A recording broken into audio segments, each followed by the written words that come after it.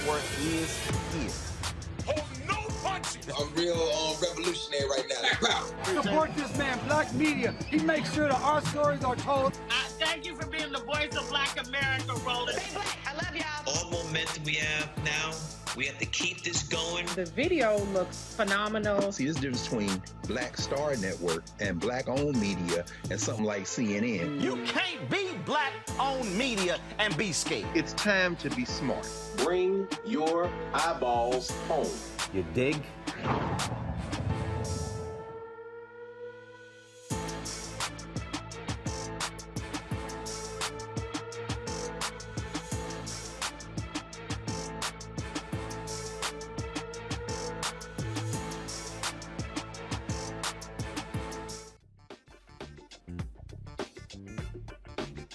Today is Wednesday, April 20th, 2022. Coming up on Roland Martin Unfiltered, streaming live on the Black Star Network. An Atlanta social media cook is accused of blasting out personal information of people who questioned or disagreed with him. Putting out someone's personal information for intimidation or harassing purposes is called doxing.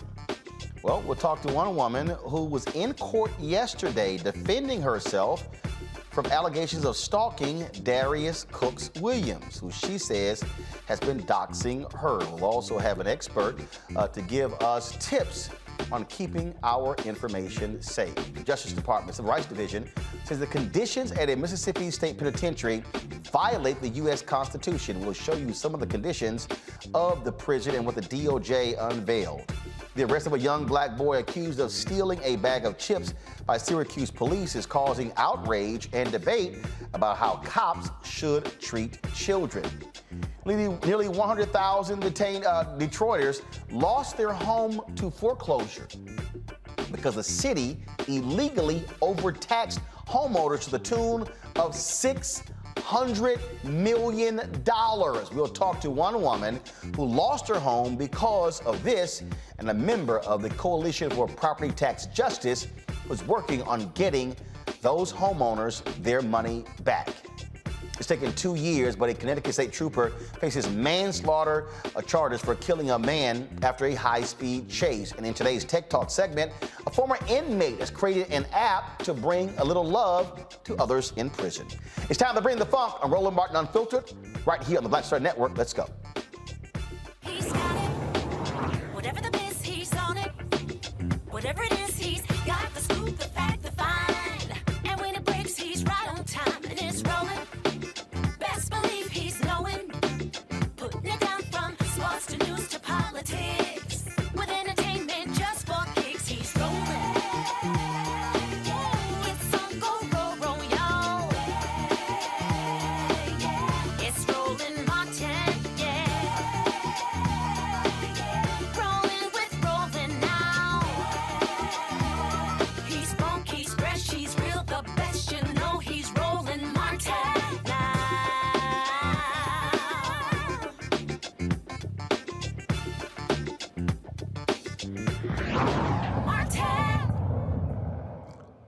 The Justice Department Civil Rights Division says a Mississippi prison violates the U.S. Constitution, specifically the 8th and 14th Amendments. The notorious Parchman State Penitentiary is accused of routinely infringing the constitutional rights of people incarcerated by the following: failing to provide adequate mental health treatment to people with serious mental health needs, failing to take sufficient suicide prevention measures to protect people at risk of self-harm, subjecting people to prolonged isolation and solitary confinement in egregious conditions that place their physical and mental health at a substantial risk of serious harm, and failing to protect incarcerated people from violence at the hands of other incarcerated people. Man, them folks took us out of 29, man. MSP 29, man. Put us in 32. Condemned. Been condemned 10 years, man. Look at the flow, man. And they just How much time? Man. Look at the flow. All the time? Flow, man. Thank you. What happened yesterday? Mildew everywhere, man. On the thing.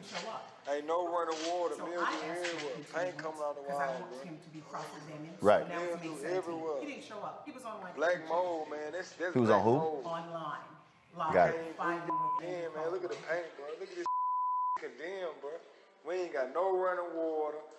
We ain't ate in 10 hours, man. We ain't ate nothing, our water ain't working. Get cold as a man. Look at all that black mold, man. Ain't nobody got no mats. No mats, bro. We sleeping on straight concrete, man. No mats. Look at these guys. No mats, no power. No power, none of that. Water everywhere, man. Ice. Water everywhere. No running water, man.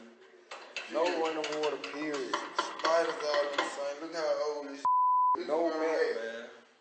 We ain't got straight concrete, man. They took all our food, no hygiene. We ain't got no hygiene, no toothbrush, no running water. None of that. Look at the water on the floor, man. You wanna walk on? Look at all the water on the floor, man. We ain't got no phone to call out to nobody. We can't get on the wall phone. Look at the mold on him, man.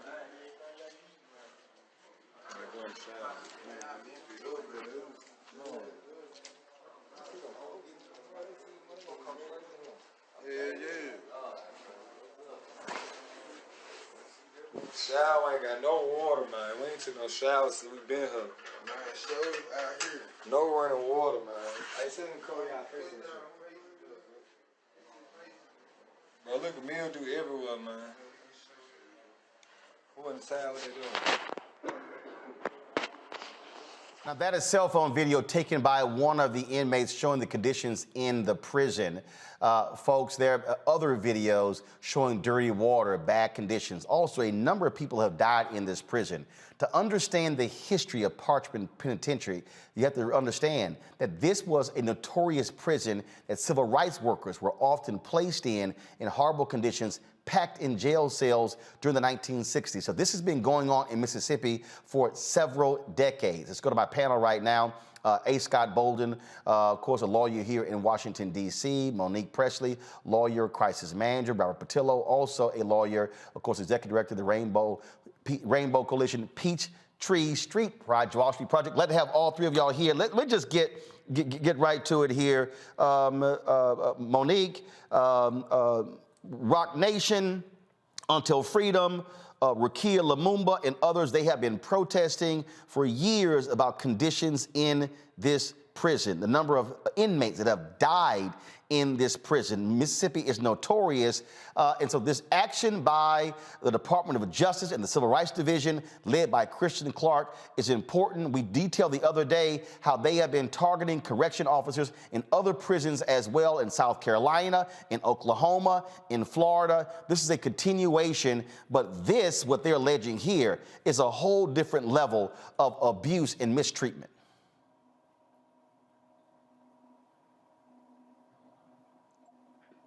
Okay. Absolutely, it's deplorable. There's no excuse whatsoever for the conditions that we just looked at and more. And it is a violation of every single person who's detained. It's a violation of their constitutional rights.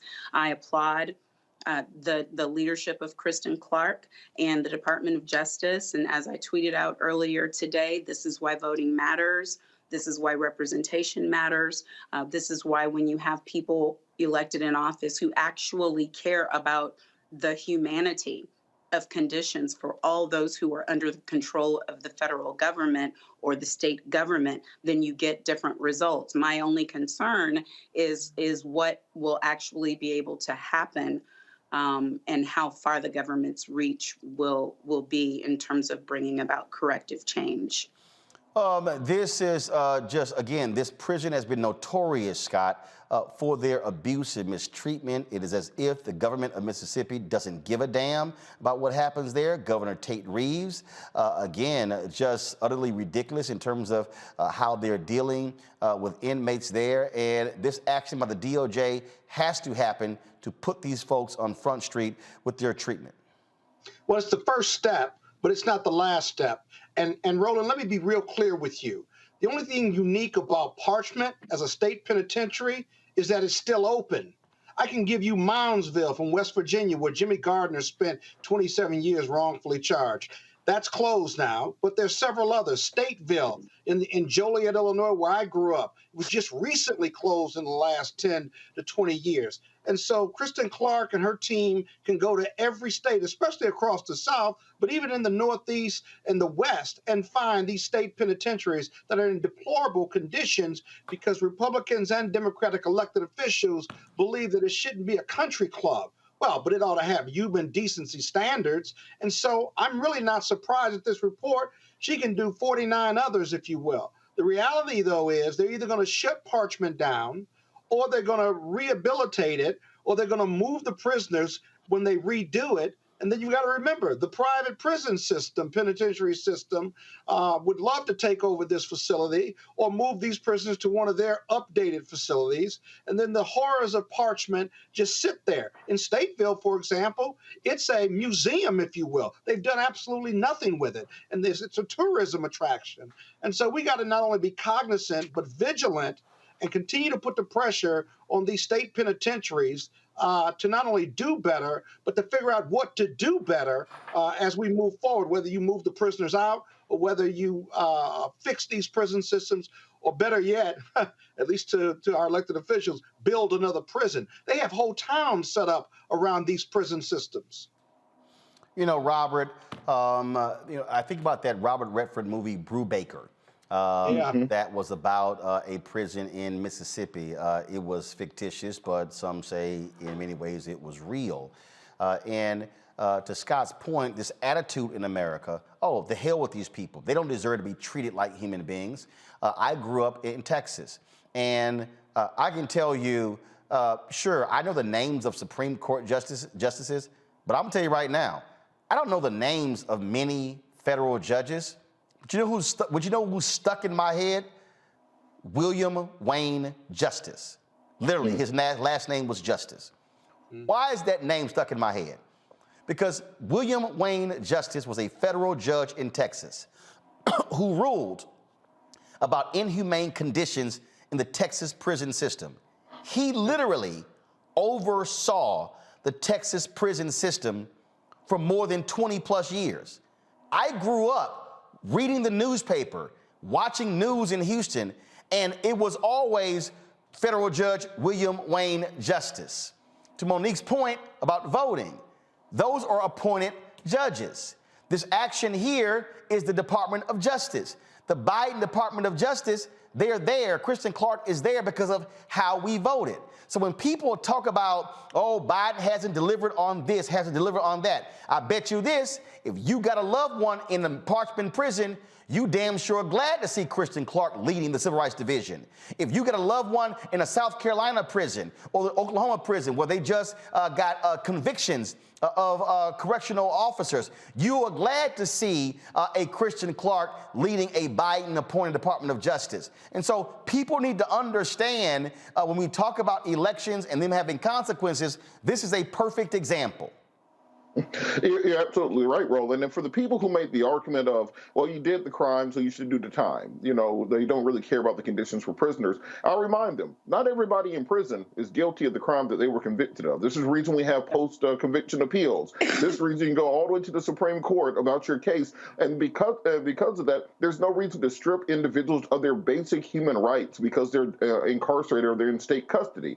Beyond that, let's look at the way that we preach human rights around the world. We'd say that China is violating human rights, that Russia is violating human rights. What does it say when this is how we keep individuals, American citizens in this country, who one day will be released, who one day will return to society, knowing that this is how society treated them when they were at their lowest points? The purposes of punishment. Our purposes of punishment in this country should not be simply to torture people while they're incarcerated. It should be to rehabilitate them, to give them new skills, to make sure that when they return to society, they can be prosperous members of such. So when you say you did the crime, you do the time, you fundamentally misunderstand the purpose of our prison systems. We're not in a medieval star chamber any longer. We're supposed to be in an advanced 21st century, first world country. And because of that alone, we should be fighting for this. So we have to understand that the only difference between this prison and many others is that the people in custody had cameras that were able to live stream this thing. This is pervasive around the country. There's small state prisons way off the highway down in the middle of nowhere.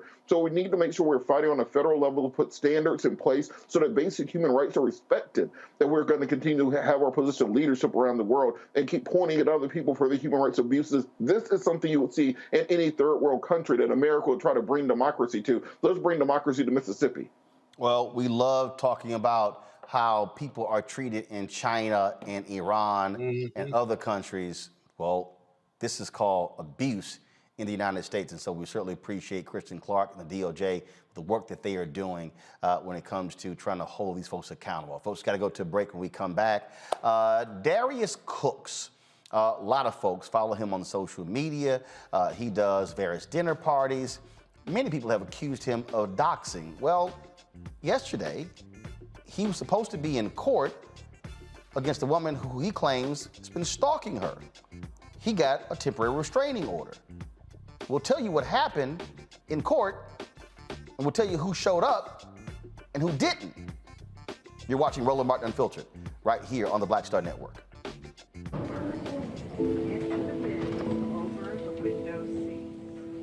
These are the only bins that will accommodate larger rollerboards.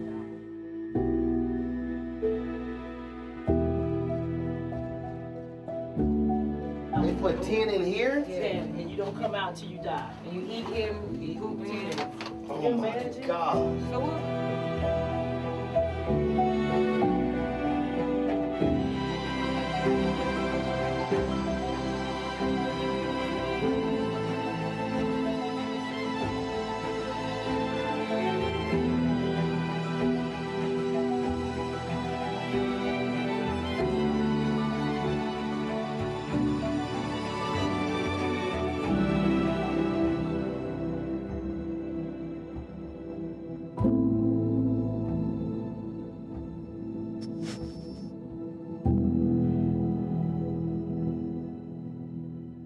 Deborah Owens, America's Wealth Coach. And on the next Get Wealthy, you'll meet Jandy Turner, who took her love of sports, expanded her network, and created a thriving business. I settled on developing a golf event planning business, which in and of itself has been very viable for me. One of the things that I've learned from producing hundreds, if not thousands, of golf tournaments is that business gets done on the golf course. All on The Next Get Wealthy, only on Black Star Network. Pull up a chair, take your seat. The Black Tape with me, Dr. Greg Carr, here on the Black Star Network. Every week, we'll take a deeper dive into the world we're living in. Join the conversation only on the Black Star Network. I'm Chrisette Michelle. Hi, I'm Chaley Rose, and you're watching Roland Martin Unfiltered.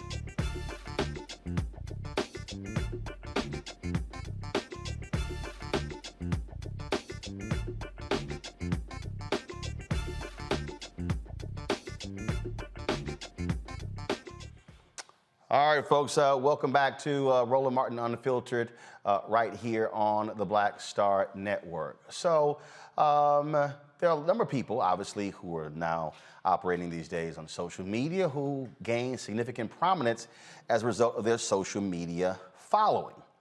One of those folks is Darius Cook Williams. He is a chef. He sells products, has gotten a significant following. on Instagram, Twitter, as well as Facebook. People are buying his products. They are attending various dinner parties that he presents all across the country as well. But many people also accuse the Atlanta cook of doxing people who disagree with him. Some have called him a scammer, a cyberbully, for doxing people who disagree with him or who make a complaint. Now, you might remember that a local reporter in Atlanta did an extensive story on him with regards to the complaints that have been made against him. That's been going on. Again, that was Atlanta Fox 5 reporter Randy Travis. And he actually confronted Darius about the allegations against him. This was some of his report from a couple of weeks ago. So why are you putting the names of your critics and their personal information online? You don't see that? Yeah, I've seen the actual clips. Let me call my lawyer. Yes, please call someone. Help us understand why you're doing this on your social media pages to people who complain about you. We got her kids on there as well, kids' information. I put it on my Instagram. And it has been a living nightmare. A self-taught cook, Darius Williams has built an impressive online presence, not just through his website, Darius Cooks TV, where he sells cookbooks and cookware mixed in with his cooking videos, but also on Twitter, Instagram, and Facebook, where he claims 1.5 million followers. He also sells seats for 7-course meals called Dining with Darius, like the one we visited, held in various cities across the country. Williams often goes live multiple times a day to talk about food, and sometimes brag about background checks followers send him about his critics. I can tell you who got the speeding ticket. I can tell you who moved from what state to what state. Now, yesterday in an Atlanta court, there was supposed to be a hearing where Darius Cooks Williams was supposed to get a restraining order against my next guest. He said that he had gotten a TRO, a temporary restraining order, against her, and so they went to court yesterday. She showed up. She says he didn't. Melanie Ford, she flew in from Atlanta to share her story and all of the drama that she has been embroiled in and how this has impacted her and her family since all of this began. Glad to have you here on Roland Martin Unfiltered. So yesterday's court hearing, again, was supposed to be a hearing to make permanent this restraining order against you. So what was the accusation that Darius Cooks made against you? He made a false allegation that I have been stalking him. And yesterday was his opportunity to go and present those facts, to go from a temporary protective order to a permanent protective order. Pretty much anyone can go into a courtroom, state facts, and if you're convincing enough, the judge will give you a temporary restraining order, but a court date is then set.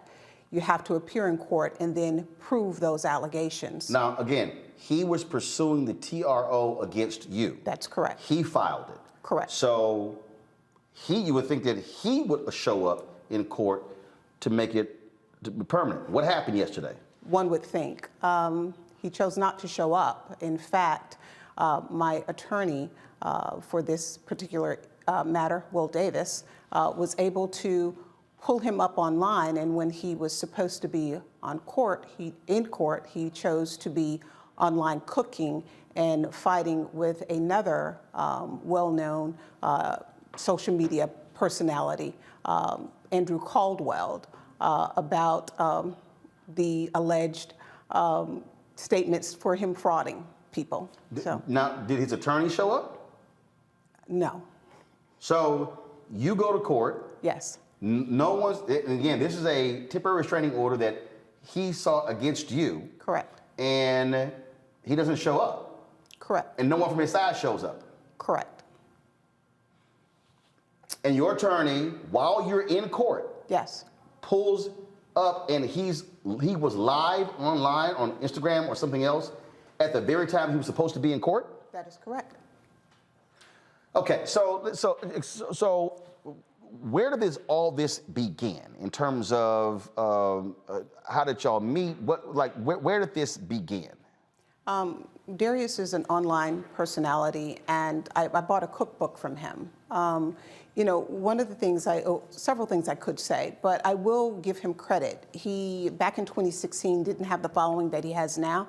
He's quite engaging. He is, at the time there was a platform called Periscope. And owned by Twitter, so basically live streaming platform. Correct. You put in your likes, and these personalities and pages start to feed. If I put in cooking, then you'll start to see a bunch of things related to cooking.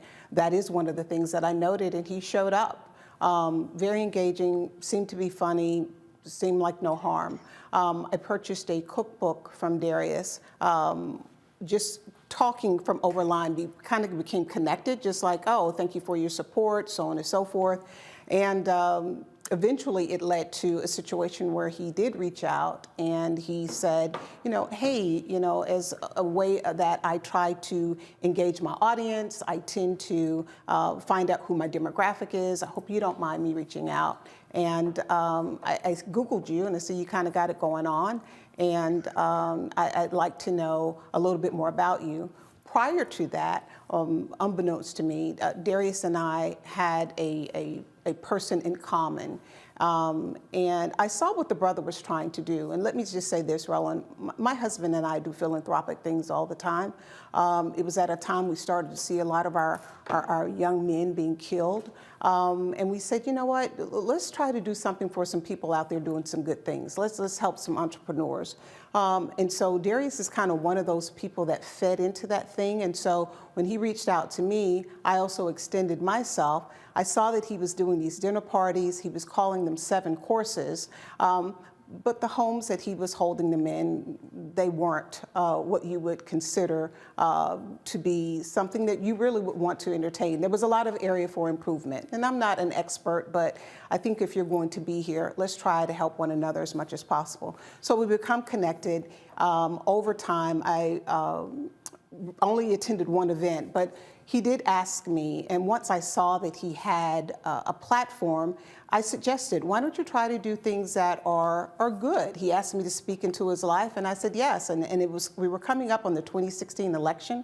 I said, you have this platform, and people truly did seem engaged. I suggested that he encourage his fan base to vote. Why don't you encourage them to get registered? Why don't you do things like a community garden? And so it was speaking into his life. And one of the things I actually mentioned to him was, why don't you consider starting a book club? He stated that he didn't read like that. And I said, okay. So the two of you had a very friendly relationship. It was a friendly associates. Like, I've never been to his home, he's never been to mine. But yeah, you try to talk to people. And were y'all corresponding? Were y'all talking? Were y'all emailing? Were you texting? DMing. And then it did get to a point where we did have phone numbers for one another, and we did converse from time to time, but very rarely.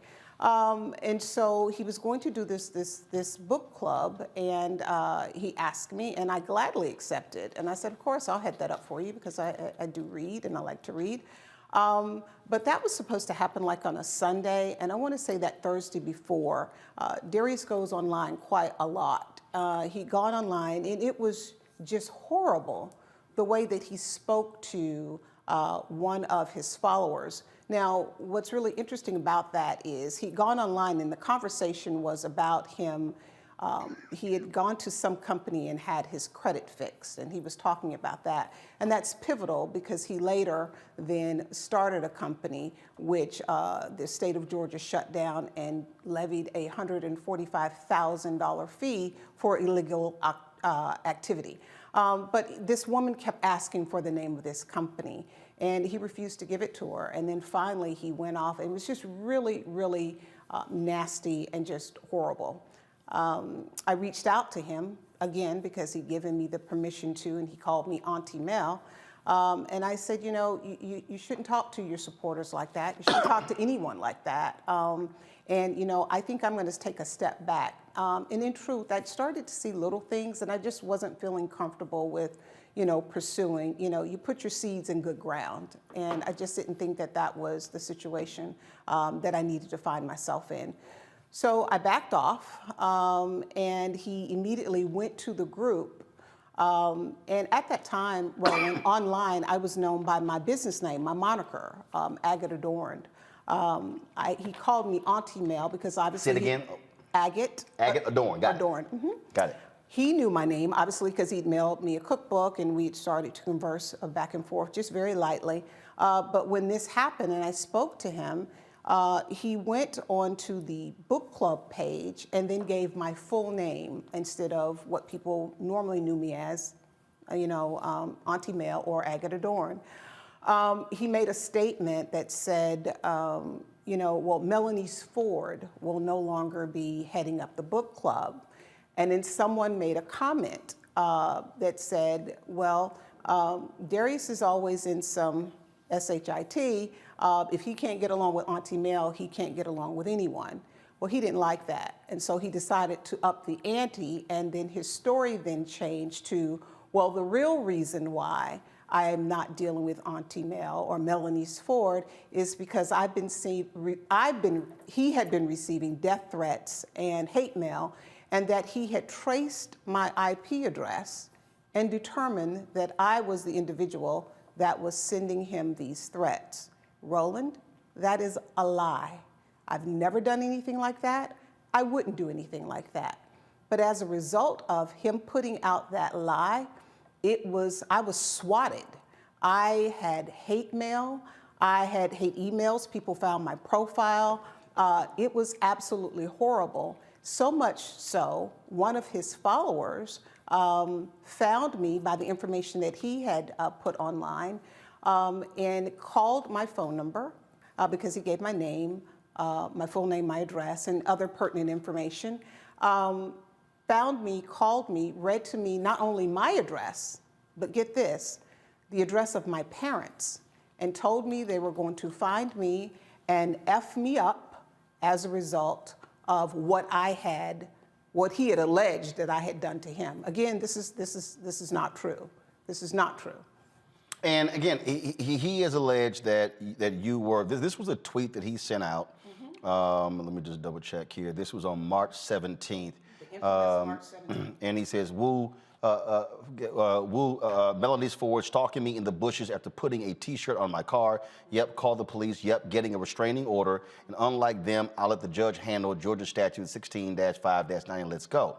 Now, if you see here further, folks, I'm going to pull up another tweet here where he says here, he says that he was granted, let me zoom in for the folks. He said that he was granted a temporary order of protection against you. This says, this includes any mention of my name on social media without my consent. If you observe, my DMs are open for screenshots. And he puts the protective order, and then it says on here, has a judge's name. It was so ordered on March 23rd. You and your attorney say y'all never received that.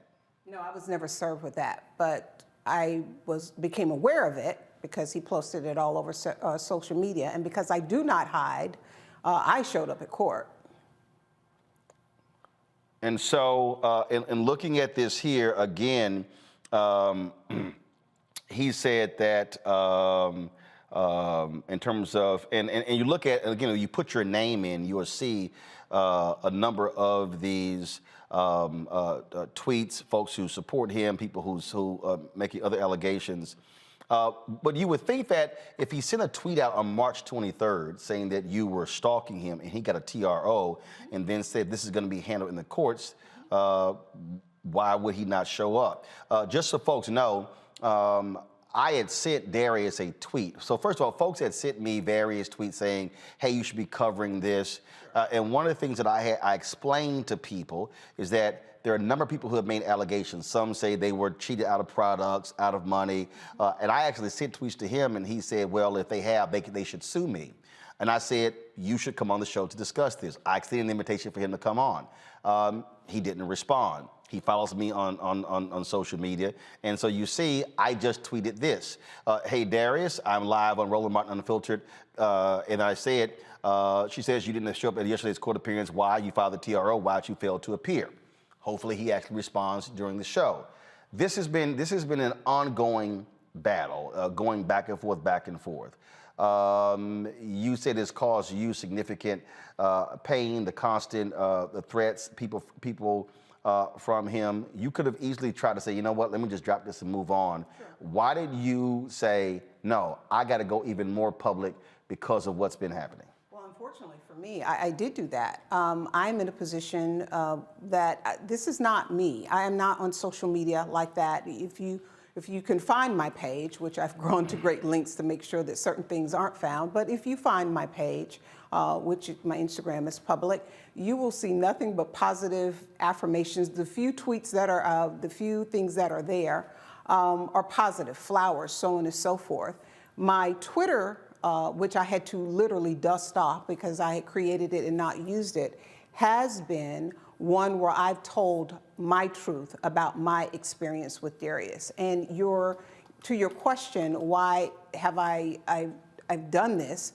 I had no choice. This man has put me all over 3 platforms, calling me a stalker.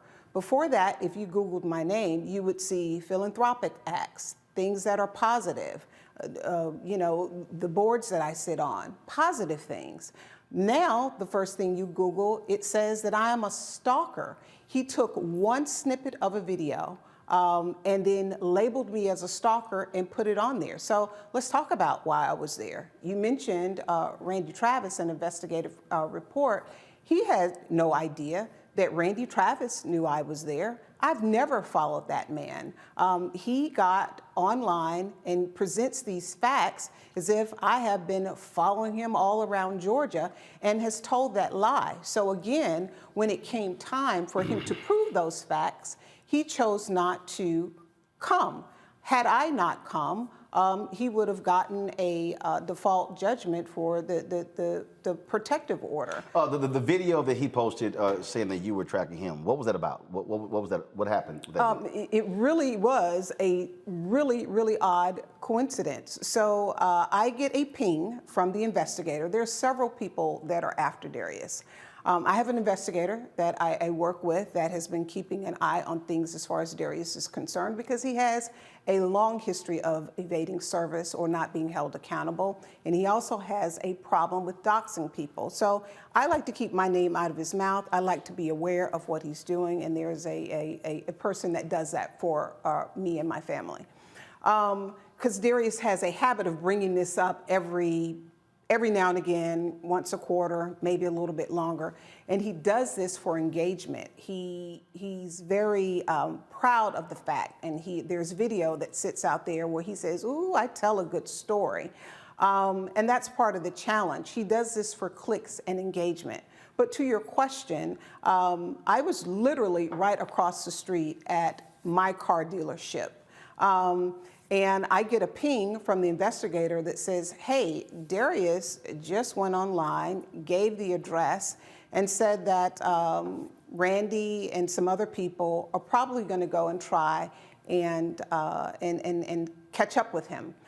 I said, you've got to be kidding me when he gave the address. I literally was across the street, and I brought that with me. One of the things that Darius likes to do, because he thinks he knows everything, is he said, well, there is no, because he put my car online, including my license plate. He says, well, there is no Bentley dealership across the street. Well, Roland, we have more than one car. So he thinks he knows everything. He tried to debunk it. And so I was there waiting on him not waiting on him, I should not say it that way, but I was there when he came out waiting on the investigators, and Randy texted back and said, hey, I can't come, my photographer is here. And so I did stay. Randy, I have a tweet from Randy, he said, hey, can you get some video for me? It probably was not the best move because that's not what I do, but hey, I was across the street. And I have to be really honest with you. When someone has tormented you for so long and has evaded service and has lied and so on and so forth, there was a part of me that wanted to see him finally, this man is going to be exposed. Finally, the law is going to come and catch up with him. So yeah, I wanted to see it. I did. Unfortunately for me, even though there were other people there, Mr. Williams chose to only take a very small snippet of me, then take that video, put it online, and proceed to tell people that I had been following him for years, that I had moved back to Georgia to stalk him, all sorts of horrible things, none of which are true. So I remained quiet. I've done the best that I could, but this has been horrible. I feel doxxed all over again. I have been, not only when he put me online, he body shamed me, which he has a habit of doing. And let me just say this, I'm not the only one. He has doxed Sonny Anderson. He has doxed his clients. His customers, anyone that speaks out against him, he will go online and he will give your name, he will give your personal information, your email address. Again, to the story that Randy Travis in Atlanta highlighted, he did a whole segment on it. And Roland, there were so many people that came forward, he had to do another one. And there's still an opportunity for more segments to be aired because he continues to harm people this way. There have been stories. Southern Grit did a story, go to my computer, where they said Darius Cooks, or hashtag Darius Crooks, popular food personality under fire amidst multiple allegations. That's a hashtag folks have been developing. Sure. He also posted this tweet here, April 14th, review the list of the people effing with me and their status. The Kitchenista gone, Danielle Holland gone. I think Danielle Holland is a woman who accused him of putting her children's photos of her and her children on, if I'm correct. You are correct. And then... and he did do that. She's absolutely correct. It was photos that she had posted, but then he reposted those. But then he says, I've got a few more to blast and get rid of. This is the smoke everybody wanted. I'll give it to them. They started it. I'll finish it. Hashtag Darius Crooks. Hashtag A Forever Problem. Mrs. Holland never put her children on Twitter. Once he found out she was online anonymously, he found out who she was, went and sought out her page, and I believe it was, this is factual, he went to her Instagram, found pictures of her husband, her children, and put them online. He has said things and done things. There's a video out there where he gleefully says, hey, I have their background checks. I have their social security numbers. One of the problems, and I'm glad we're talking about this, is he enlists and incites his fan base. He's not only the problem, there's also many willing participants that choose to believe what this man has said, and they go after these people. Roland, this is scary to me. I have screenshots where there are people that have said, I work for the police, tell me what you need. This is what they do, all based off because he has this really charismatic persona for those that aren't paying attention. And so once people start to pay attention and they say, wait, something's not right, or they don't receive their product or speak out against him in any way. And these are things that he's done. These are not people that just decided to wake up one morning and say, hey, I want to just be after this guy. These are people that he's injured, he's harmed. He's fighting right now when he was supposed to be in court yesterday with another online personality, Andrew Caldwell. That man has posted on his Instagram page where he now has received death threats, where they're calling him an F word. This is what happens when he calls it, he activates his fan base. And it's like sport for him. He loves it. When he did it to me, he wanted to monetize it. He was on live on IG and he said, let's go to Facebook and make some money off this hoe. That's how he thinks. This is about clicks, engagement, and likes for him, and he's getting paid for it, and he loves it. I'm gonna bring in Shireen Mitchell. She's the founder of Stop Online Violence Against Women. She is a digital specialist. My legal panel is still here as well, and I got some questions for them too. But Shireen, first of all, explain to people the idea of doxing. First of all, is doxing legal? Is it illegal? What is out there? Can somebody just put your personal information, your address, your phone number, or whatever on social media? And do you have any sort of recourse? So the challenge here is that the things that are public information, it's not doxing if you share it again, because it's already public information. But if it is information that they have for you, like let's say he had credit card information because someone purchased something from him, and then he used that information to share, that's the part that's illegal. This situation, to me, explains that there are multiple facets here, but there are also people doing other things, like giving him that information, and then he's using it. Where those people are getting that information from is the question, and then that may be illegal in those instances. And Auntie Mel, I'm sorry, when you said you got swatted, I wanted to explain that too. When people get your public information, including your address, swatting means that they can call the police and say there's an active shooter, and have the police show up at your doorstep with guns blazing and potentially get someone killed. Mm-hmm. So it's not even just the death threats themselves, but it's also the fact that they could actually use the police department to actually commit a different type of crime, and that's what swatting is. Mm-hmm. The challenge with doxing is that sometimes people give out that information themselves. And so it's then easy just to grab it from your social media accounts, like where you put your address or where you put your phone number, maybe like on Facebook or something like that.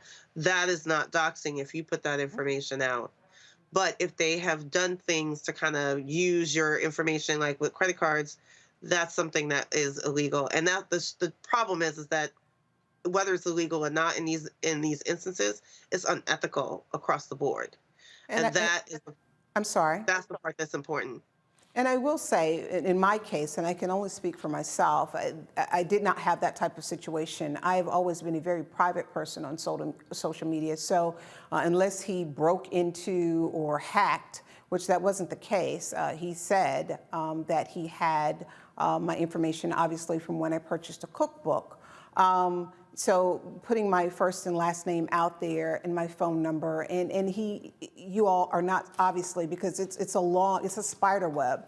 There's so much online at the hashtag Darius Crooks, where he has just put people's information out there simply to activate his fan base, if you want to call him that, to harm people. There is no reason for him to put out anyone's social security number. He's had his previous baker, Palma Arthur, who came out and said things about the way he ran his baking company. He put her pay stub online and posted it.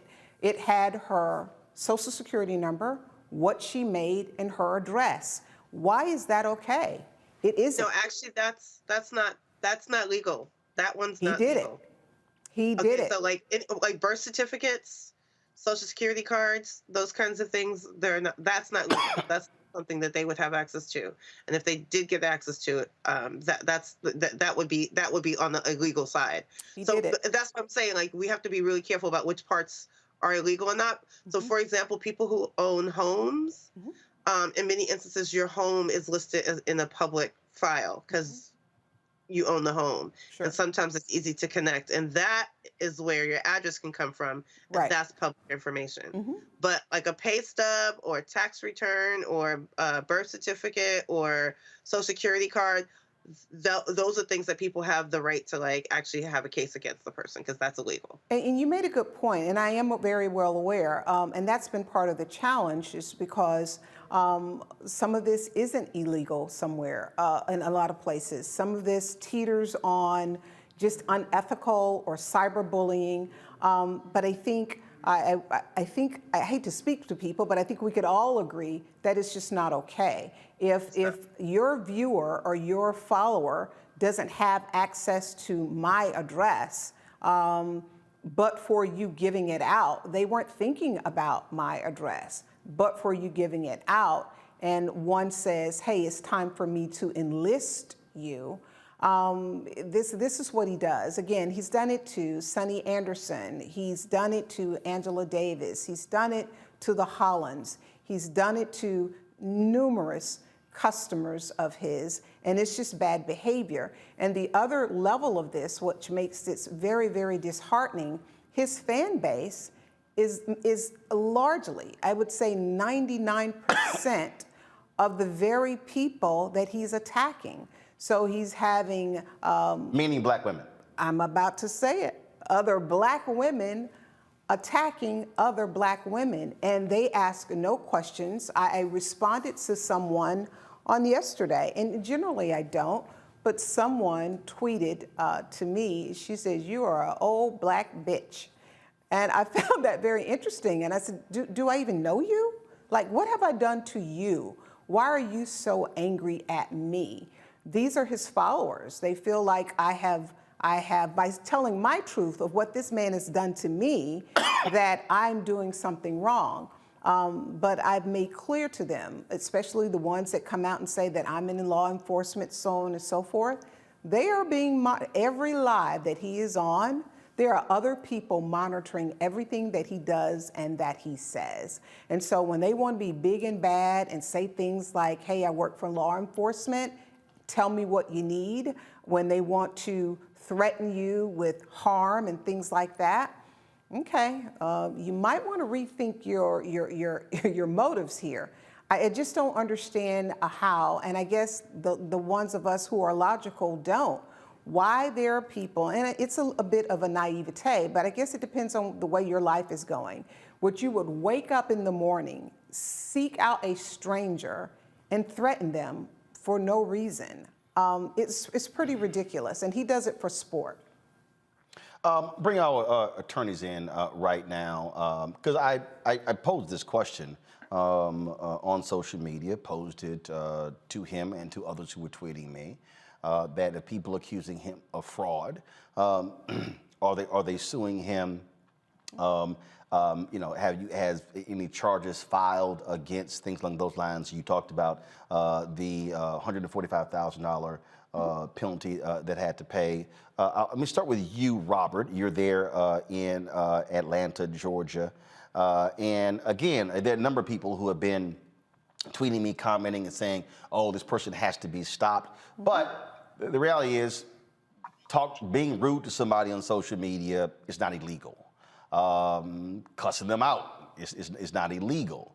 And so, but as an attorney, I do want to get the thoughts of you, Scott and Monique. If someone says, I'm taking a TRO out against someone, and then this is going to be handled in the courts, and they don't show up to the actual court date, what are your thoughts on that? Well, a couple things. One, I actually interviewed Darius Cooks on my radio show probably about 6 years ago. Might have been 5 or 6 years ago before he blew up on social media, along with him and Chef Lindsay Collette from Collette Caterings. And just as was just articulated, he actually went on Periscope Live during the radio show. It is his own show in the studio during the show that he was supposed to be on. So I'll post a clip on Twitter. It actually ended up being hilarious. But he's a narcissistic individual. And because of that, he's had many of these run-ins. I think there was a scandal a few years ago where he was doing fake credit repair for people and got sued. His restaurant got closed down, those sorts of things. I think there were 2 restaurants that got closed down. Yeah, two restaurants that got closed down. 3. So, 2 in Atlanta, 1 in Chicago. Yeah, so he maintains these online scams, preying on the hearts and minds of his followers, and even just it was just articulated after our show, because we tend to ridicule people when they act up on our show. He actually went on Periscope Live to talk about me and our producer and some of the other guests after the show. So this has been going on for a long period of time. Now, legally, when somebody talks about you online, that's just talk. But once they get into this place of making threats, either violence, threatening to release personal information, well, that's where you can actually file a criminal report against this individual. And if they do release improper or censored information, personal information that is privileged, that absolutely you can report that to the Georgia Bureau of Investigations or to the Federal Bureau of Investigations for them to look into it, particularly if you have multiple individuals who are involved in this. So I think people have to understand that this is not high school. We do not just play the dozens on Snapchat or on Instagram Live. These are grown people issues, and you cannot be playing around with their personal information. So I would suggest other individuals who are who have experienced this to contact the some legal representation, and then find out the process for filing criminal complaints if it continues. Monique, your thoughts, assessment And first of all, Melanie, y'all got a continuance? Yes. I'll see him on May 17th if he shows up. So you didn't want the matter dropped? I did not. I want him cross-examined. So one of the things that people need to, this is part of the challenge to what your guest just said. You have individuals who said, okay, I'm out, $50 for a cookbook, I'm out, he didn't give me this refund, so on and so forth. They choose to walk away. I was the same. Roland, my life is bigger than this internet stuff. I have real things that I'm doing with my life and trying to be a good force in this world. I have had the opportunity and been blessed after so long to come back home, and I'm making new relationships and so on and so forth. And so now, where I sit on boards, my husband sits on boards, we're trying to do beautiful things. But now, when I meet people, generally, when they're curious about you, and you know what I'm trying to say, what's the first thing they do? Google you. They Google you. Now, the first thing they're going to find about me, again, instead of philanthropic acts and good things, the first hit now is, there she is, the stalker. And now I've got to try and explain that. I was laying in the cut, minding my own business, working with a reporter, partnering with a reporter to help expose this behavior. And unfortunately for me, he is very crafty. He took a snippet of a video, just me, didn't focus on anybody else, just me, and turned that and placed it online and created a narrative that has been so devastating and so harmful that I have no choice. He outed me. I have had no choice. And I'm not the first, and I'm sure I won't be the last. And so when people came after you, I thought that was so unfair because they had no idea of what you were doing and what you were trying to do and what you were prepared to do. Darius took your initial tweet because you reached out to him, and when he thought that you weren't going to do anything, see, that's why you don't put all your cards on the table. He responded to you, and then he got online, true to his persona, and said, Roland Martin says, well, why haven't I been sued? Again. Which was just a question. Which was just a question. But now that he feels as if, you're going to ask the hard questions, I would be surprised if he responds to you, just like when Randy Travis asked him the hard questions, why are you doxing people? Before the cameras went away, he immediately responded, you don't see me doing that. And that's typical him.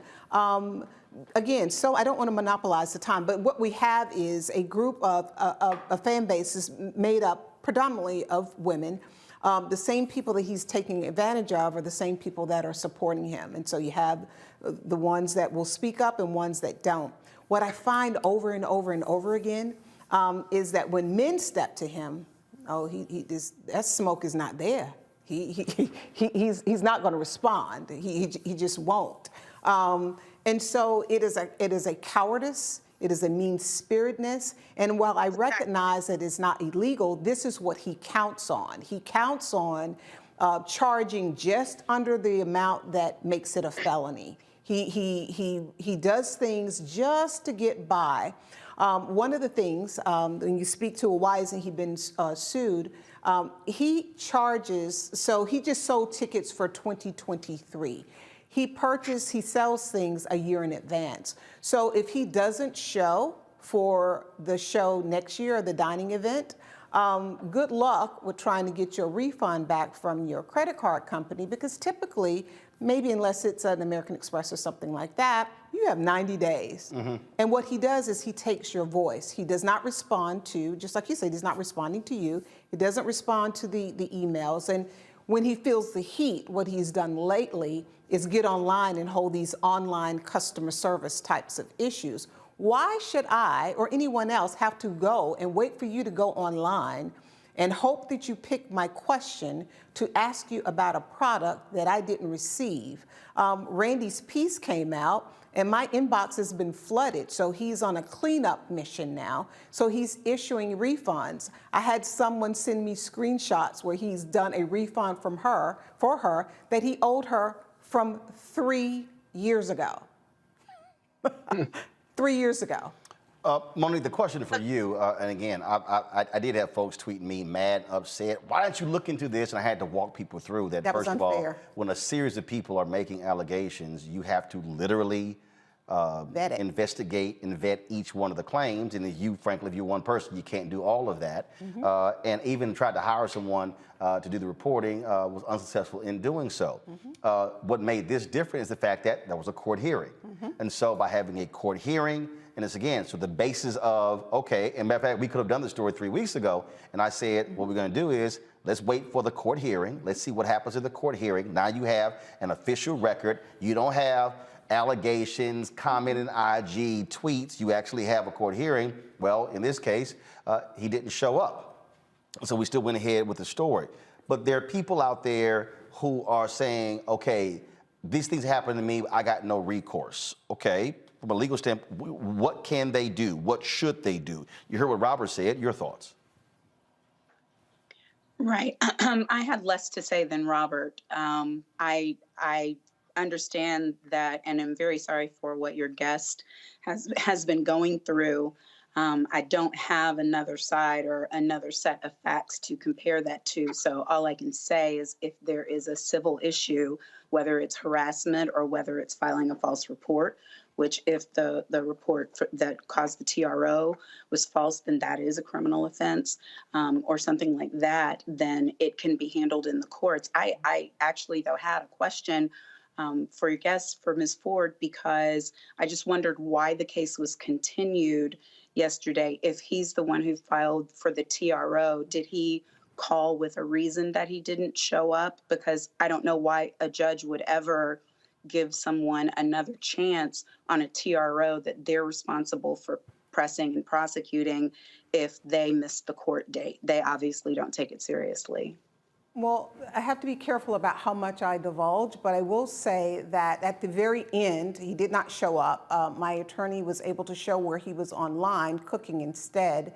They did reach out to him, and he had to appear via Zoom, and he said that he initially told them that he wanted to drop the matter, and then the judge was quite upset that he was not there. He asked him why he was not there, and Mr. Williams then proceeded to blame the court for mixing things up. That did not sit well with the judge. So the judge did say, well, are you going to show up? Is this something that you want to pursue? And he said, well, yeah, kind of. And I said, I'd like to pursue it because it is important to me to get this man on the stand because there are other items at play, and I have to be careful about what I say. Getting him on I understand, but I didn't know before this question that they actually had reached him during the course of being in court and the hearing happening. So the continuance makes more sense in that light, because that's not the same thing as a blanket no-show where you're the only one there, he's not reachable, and the judge just extends it. So if he asked for another date and was granted one, then to that extent, that makes sense. And I certainly can understand you wanting to get your record cleared. Was the basis of the TRO request just on him being videotaped or being surveilled by you and by the reporter you were working with? Correct. But my attorney had seen, or I had heard from what he posted online, the facts in which he used to even secure the TPO are not factual, and I will say that. Okay, but you are the person who's on the video. I am. I absolutely am the person that is on the video. Absolutely. And so I think that it's it is legal we see people all the time who are taking videos of police when they're doing things because we are concerned whether they're doing it rightfully or wrongfully, and they're public servants, and that is lawful. But you can run into trouble doing things yourself, like surveilling another person, being on private property, being on public property, but using a scope lens. All of those are things that I just would suggest private investigator, reporters doing their jobs, anything except for one of the actual parties, because that's how the system, he was able to use the system in order to put you in court, and he can't be accused of lying about it because the video is there, and you say that you all were intentionally trying to track him and get pictures and get information on him. So that part is difficult. If I could interject, I did not say we were intentionally. I said they were. I was across the street, which I have provided proof for. It really was a coincidence, and I've proven that, and I will prove it again. I happened to be across the street. Strange coincidence. And then when I was notified, so were others. And so I did make the decision, which I later regretted, to go. And I had a human moment. I had a human moment of wanting to see the person who has terrorized me in one way or another since 2016, continuing to bring up my name and so on and so forth. And so I wanted to see it. But I didn't bring him there. And I didn't follow him there. And so that's something that he's asserted and continued to assert. If my understanding, and you're an attorney, but my limited understanding of when you take out something like a TPO, you have to prove a continued pattern. I haven't seen that man since 2017. I've not reached out to that man. So for him to go to the courts and lie and say that I have been stalking him, it just isn't true, and it didn't happen.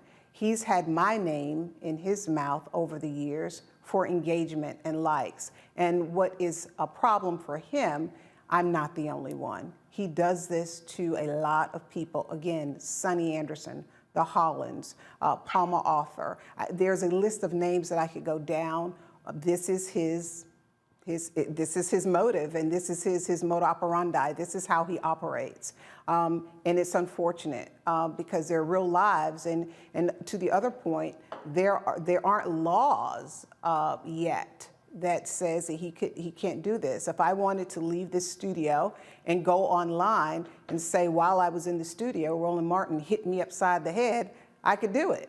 Now, Roland is going to have to then take me to court and prove that that didn't happen, and hopefully get lucky enough to take this offline.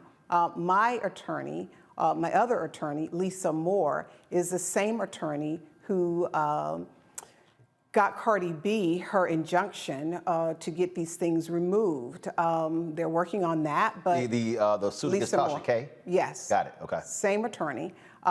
She doesn't take everyone, but she looked at the facts and she's trying to assist with this matter. This is wrong, and there are real human beings on the other side of these lies and these tweets. I'm trying to live my best life, but to be in that situation where someone wants to take you and splash you all over the internet, and that's one thing. We're grown. Somebody wants to call you fat, you go, okay. But it's something entirely different when someone wants to paint you as a crazy, deranged stalker and take a snippet of a video, didn't show anybody else, and then paint you as such.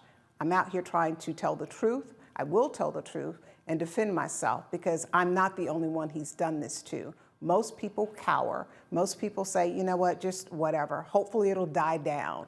This isn't right. This is not right. Scott Bolden.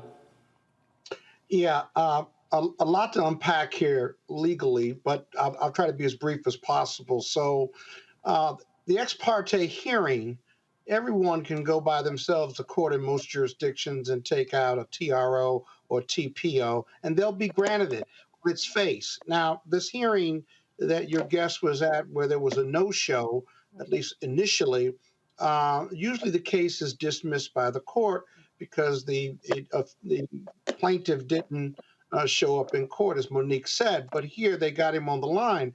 I'll be honest with you, if the judge was unhappy with him not being there, like most judges will be, then, and the defendant, your guest, did not want to dismiss it because she wants her day in court, she can either file her own TPO for TPO if she's got enough. Her and her lawyer probably considered that, or she could file a civil lawsuit for injunctive relief as well as monetary relief if she's really suffered the damages that she has described so eloquently here. And I'm sure her and her lawyer are contemplating that. That's the expensive side. The less expensive side, and you can do all of this together, is with law enforcement or the government, if you will. Just not the Federal Cybersecurity Act, whereby these are federal offenses if you get enough facts that you can share with the FBI and you can get them interested. But the local police have their cybersecurity folks. It's hard to get local police interested because this takes resources and a detective to really investigate. But there's another state government agency in Georgia that I'm familiar with, is the Attorney General's office that has a Consumer Protection Act that they enforce, right? So if you get the Attorney General or for Georgia or the State Trade Commission or the equivalent of the Federal Trade Commission or even the Federal Trade Commission, you write a letter to them, register your complaint, those federal agencies and state agencies are required to investigate your complaint, and they will. It's less expensive than filing a lawsuit, but you can do these on parallel tracks so that then you have like a dragnet of civil and government interests and eyes on these bad acts and bad actors, right? And at some point in time, his world gets really, really small, right? Because there'll be a lot of enforcement, regulatory enforcement eyes on it, and there'll be a civil lawsuit. And so seems like you've looked at all of those options, I presume, because you've got great counsel. I know at least one of your lawyers. And so good luck with it. But being able to stop these bad acts is a noble effort, but it can be expensive. And the wheels of justice for your relief can move slowly. But if you're committed to it and targeted, you can get it done along with other people, including possible class action, right? Possible class action for those who have been the victims of this bad actor. So lots of options for you, some expensive, some not. But if you do all of them parallel, his world gets a lot smaller. I want to, Shireen, if you could, again, there are people out there, people who say these things have happened to him. You know, what is your advice for people when it comes to having their information put out on social media? We hear about these cleaning processes, things along those lines. Just share your thoughts on that. Yeah, there are a couple of services out there. It's a cost, right, for Delete Me and others that are out there. But I did want to, before we move on, I just wanted to say really quickly for her to understand that the targeting of women, especially Black women, which is what our organization focuses on, is on purpose, because that's the group that's least protected. And as what was said earlier, to protect themselves is very expensive. I do appreciate the class action aspect of this, because I think there's an opportunity that those women can come together and support each other and do this in that way for those who that have the resources. I want to name that because I think there are multiple opportunities where that could have happened before with others, that they would not be using this as a tactic. That he's not the only one that's done this. There are plenty of other social media influencers that do this kind of thing, especially when they're trying to discredit the people who are basically calling them out. So I just want to name that. And then I also want to name the fact that he gets away with it because his base includes other women. So he can say, well, I have women who love me.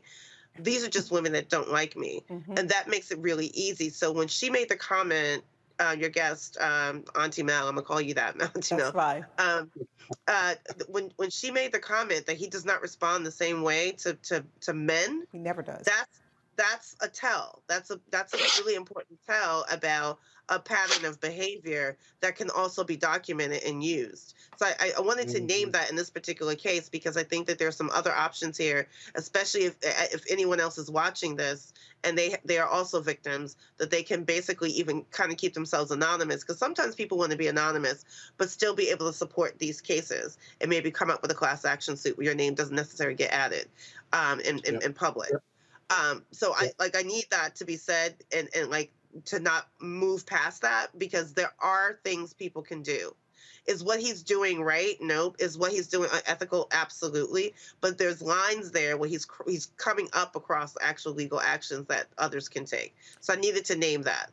The other piece is that when it comes to these types of services to clean yourself off of the internet, she said something really important that is also key is SEO, right? You're going to have to clean up the SEO of the bad content about you in order to get the good content to come back up.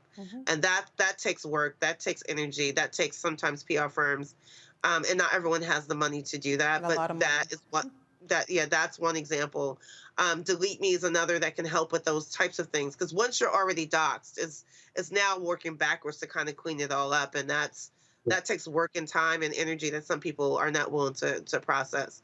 But to prevent it, right, to do your best to keep that information out there from being out there is like, make sure you're cleaning up any third-party data broker websites like Spokio and others. They're out there. What they do is they just collect information. You get to remove yourselves from those databases. Much of the ones that I can tell by the way that people say, well, I found your information this way or that way, they probably went to those data brokers. Some people pay for those services so they can be able to get that extra information that can connect you to your parents or whoever else is a family member based on last names or presumed family members, because last names don't mean you're actually a family member. But if you can go through, because it's free to do this, you can go to those data broker services and tell them to remove you from their database. That's one of the easiest things to keep yourselves from being doxxed.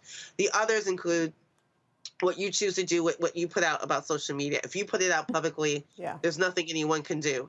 So you just make sure that, like, at the end of the day, like, make sure that you're not giving anyone access to harm you. That includes taking, be careful about the pictures you take about. I heard about the other lady, I think Holland was her name. It's a really complicated space to be in. You're just putting pictures up about you and your family and social media. And ultimately for them, like, that gives them another opportunity. So the fact that he actually said out loud, here's their children's information, that's also a pattern of behavior. Yes. And I think there's another angle there that the other women, if their children are being threatened, can use in the case. But even what you have to do, because we've gotten so used to putting so much of our personal information out there, as an individual, you need to really start honing in, putting out too much information that easily could just be searched by your name or go to any of your profiles. And then if you ever, I don't know, some people do this, they get web domains and they host it, or they grab domains, and in there they just like add, because this is public information as well, they just add their address because they just want to, have their name with their name on it. I tell people all the time, put a P.O. box, put a business address. Don't put your personal information, because you're, again, in that moment, giving that away.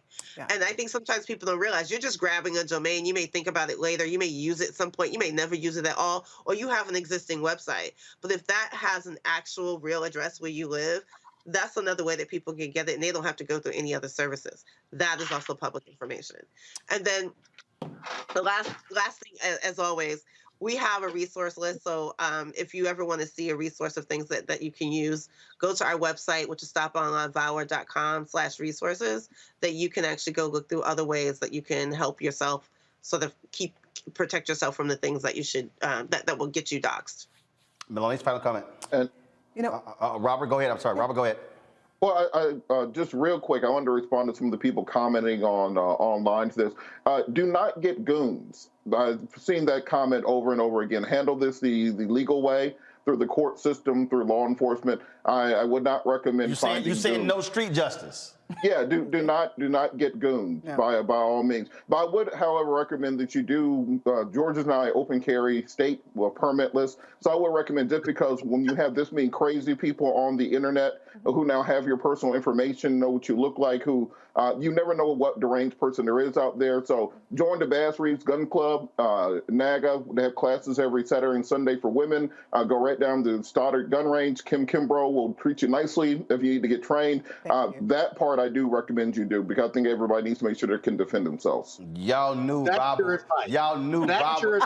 You knew Robert was going to go get a 10mm. You knew Robert was going to work guns. You knew he was going to do that. Why don't you just tell her to spot him on site? Well, it ain't turn around and walk away. Scott, it ain't no difference than you showing your ass as a Kappa. Same thing. Something's going to happen every Wednesday.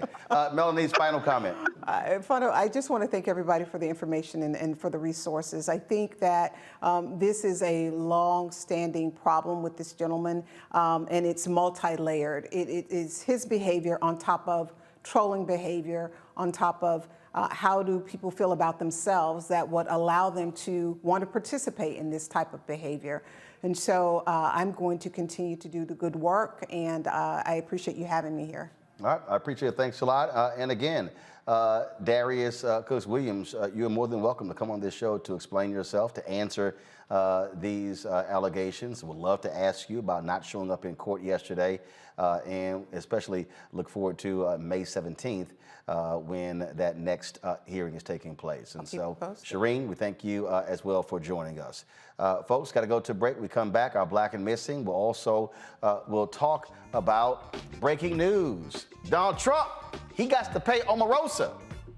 I'm gonna tell you about that. And this video, Syracuse police, how they treated a black boy accused of stealing a $1 bag of chips. Folks are pissed off.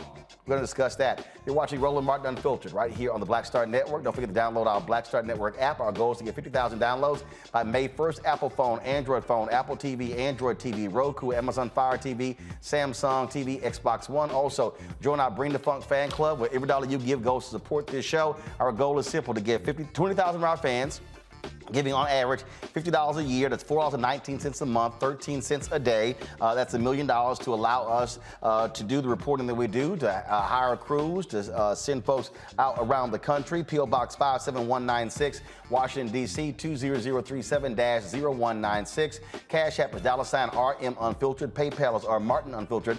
Venmo is RM Unfiltered. Zelle is Roland@RolandSMartin.com. Roland@RolandMartinUnfiltered.com. Betty Saucer writes, I'm very excited, delighted, and honored to donate for the third year towards the network support. Keep on keeping on with God's blessings. Betty, I appreciate it. Thomas Shearer says enclosed donation is giving in honor of Josephine D. Smith. I appreciate that. Mr. Justin Collins and Mrs. Is it Monty Collins? Okay, I can't read that. To Roland, thank you so much for keeping us well informed. We have followed you for many years. I'm glad to support your work. Your work is excellent, and you deserve the recognition and support. Thank you so very much. That is the Collins. So, folks, thanks a bunch. I'll be back in a moment. I'm Dr. Jackie, and on a next, A Balanced Life, it takes a village to raise a child, and truer words have never been spoken. If you're raising a child, you know that it's a blessed challenge like no other. Even more so if your child has a disability. We'll talk to parents and our expert panelists about the best way forward for your child to help you maintain your own sanity on a next, A Balanced Life with Dr. Jackie on Black Star Network. We're all impacted by the culture, whether we know it or not. From politics to music and entertainment, it's a huge part of our lives, and we're going to talk about it every day right here on The Culture with me, Faraji Muhammad, only on the Black Star Network. When did you know that this is what I wanted to do? I think right after high school, because in high school I was in all the plays, but I was always funny, but I didn't know nobody would pay me for it, you know? And then I saw Eddie Murphy. This was like 84 when I saw Eddie Murphy. Eddie Murphy was the hottest thing in the whole wide world, not just comedy, but anywhere. He saved Saturday Night Live. If he hadn't started that show would be gone. He had done 48 Hours, Trading Places. His first Beverly Hills Cop, could wear the hell out of a red leather suit, and he wasn't but 23 years old. He was rich enough to pee cream, and he got all that telling jokes. I said, shit, I've been funny my whole life. I didn't know people give you money like that, so I went and got some Red Fox albums. I went down to my mama's basement where I was living anyway, and I stood in that mirror and played them albums and them jokes until I could tell them like they was mad. Wow. And that started me doing jokes, and then I went and did comedy in the street. I was standing on State Street, tell jokes and pass my hat, and white folks would come up and just hand me money, and I liked it.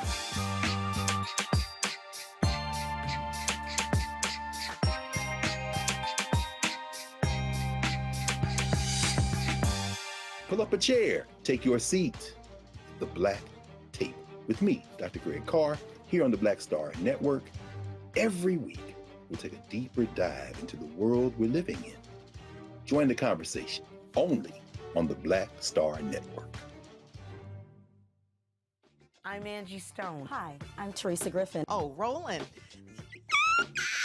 Hey, Roland, I am so disappointed that you are not here, first of all. Where's our dance? It's like we get a dance in every time I see you. And so now you're not here for me to dance with, sir. You and your ascot. I need it. I need that in my life right now. Okay, I love you, Roland. What's up? I'm Lance Gross, and you're watching Roland Martin Unfiltered.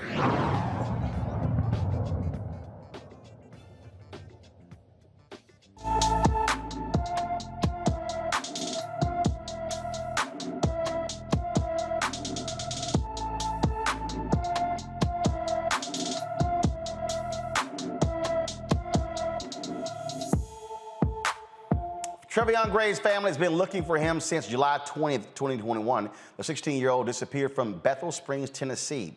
Trevion is 5 feet 7 inches tall, weighs 135 pounds with black hair and brown eyes. Anyone with information about Trevion Gray should call the McNairy County, Tennessee Sheriff's Office at 731-645-5700, 731-645-5700. All right, folks, yesterday in our Where's Our Money segment, I was telling you about Wells Fargo, how the city of New York is refusing to open bank accounts with Wells Fargo because of their discriminatory past. One of the things that we talked about here when it comes to housing, it is the issue of how we have been screwed in terms of lack of refinancing, lack of investments. But the story out of Detroit is absolutely crazy. The story breaks out how the city of Detroit literally, illegally was overcharging people to the tune of $600 million from 2011 to 2016. Nearly 100,000 homeowners in Detroit, mostly black folks, lost their homes as a result. They ain't got their money back. Yo, do y'all understand how crazy this is? The home foreclosure crisis in America led to black people losing 53% of all black wealth.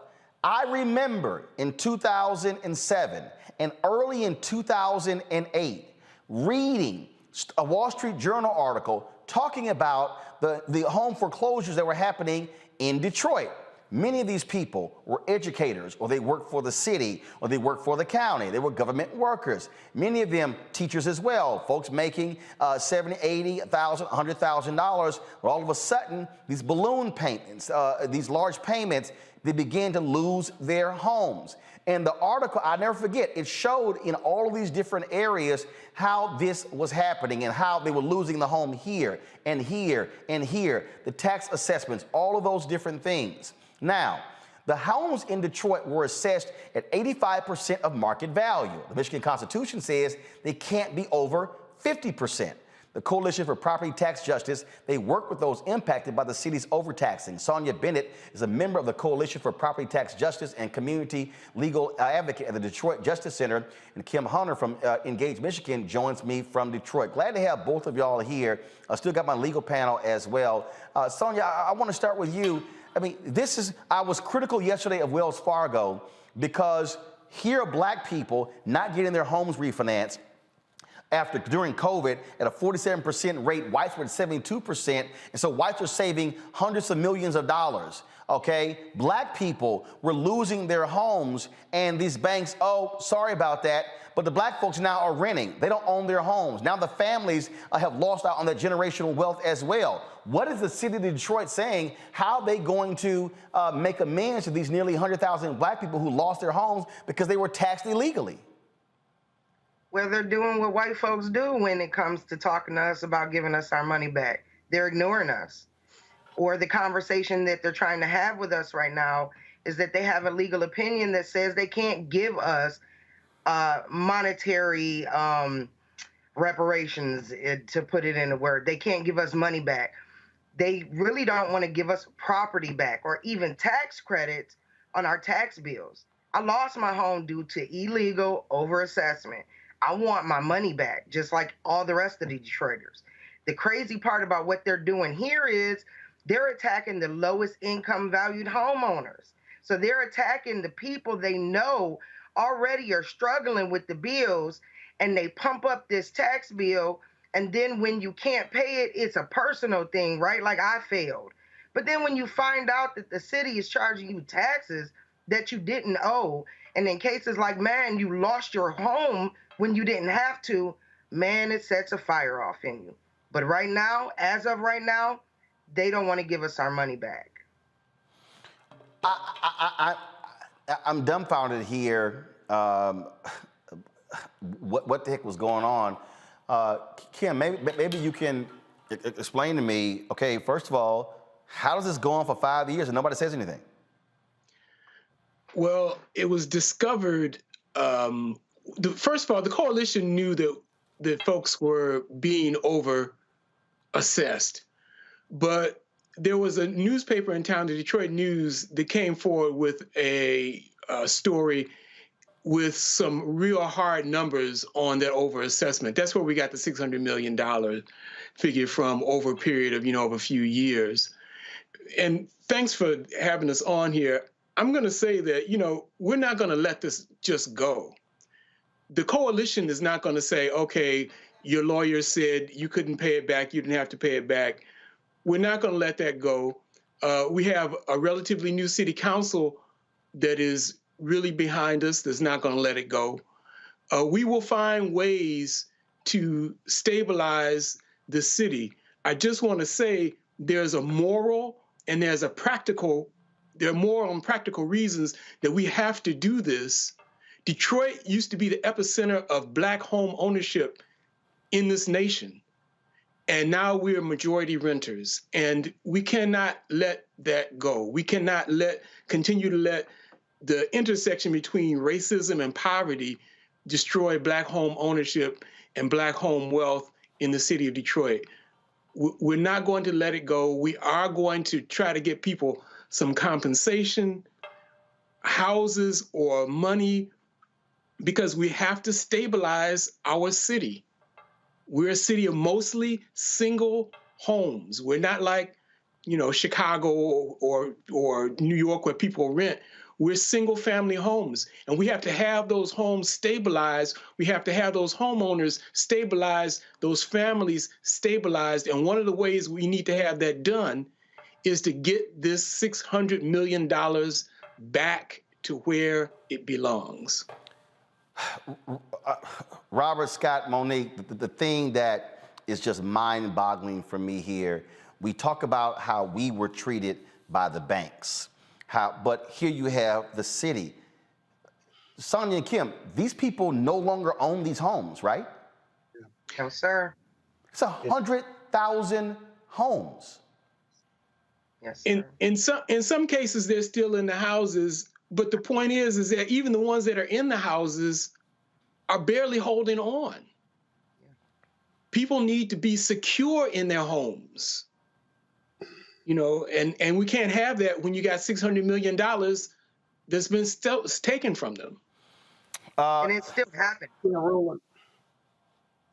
Sonia, go ahead. It's still happening. I'm a community legal advocate at the Detroit Justice Center, and every year, along with a student-ran program that the Coalition for Property Tax Justice does, we do the appeals every year. So Detroit has an appeal process where if you tell the city, hey, I don't agree with this tax assessment, and you put that in writing, they take a look at it. They take a look at what the assessment is, what your property looks like, and they lower it or they don't. And then it goes to what's called the March Board of Review, where a group of Detroiters decide whether they should lower your assessment or not. So every year we do these appeals for the residents to get their property tax assessments lowered, because it's still happening to this day. Scott, go ahead. Yeah, one of the challenges is once you go through that process, that's the process. It's not like you get another bite at the apple, right? But here, the assessment of 85% over is a direct violation of the state constitution. It says you can't do more than 50%. And as a result, I would argue, right, on behalf of those residents who basically were $600 million was stolen from them between 2010 and 2016. Remember, Detroit filed for bankruptcy, Chapter 9, in 2013. As a result, you got to believe that the city was financially struggling, and someone in the government came up with this plan that no one would ever figure out through the assessment process. Now, when I was a baby lawyer, I did real estate tax appeal assessments in D.C. It's pretty similar in every jurisdiction, right? So you don't, after you go through that timing process, you usually don't have another bite at the apple. But if these residents were to file a suit, say that their constitutional rights were violated, their federal constitutional rights were violated based on an unlawful taking, then as a result, the court, federal court or state, but federal, would have to figure out if the city is liable, then how do you make them whole?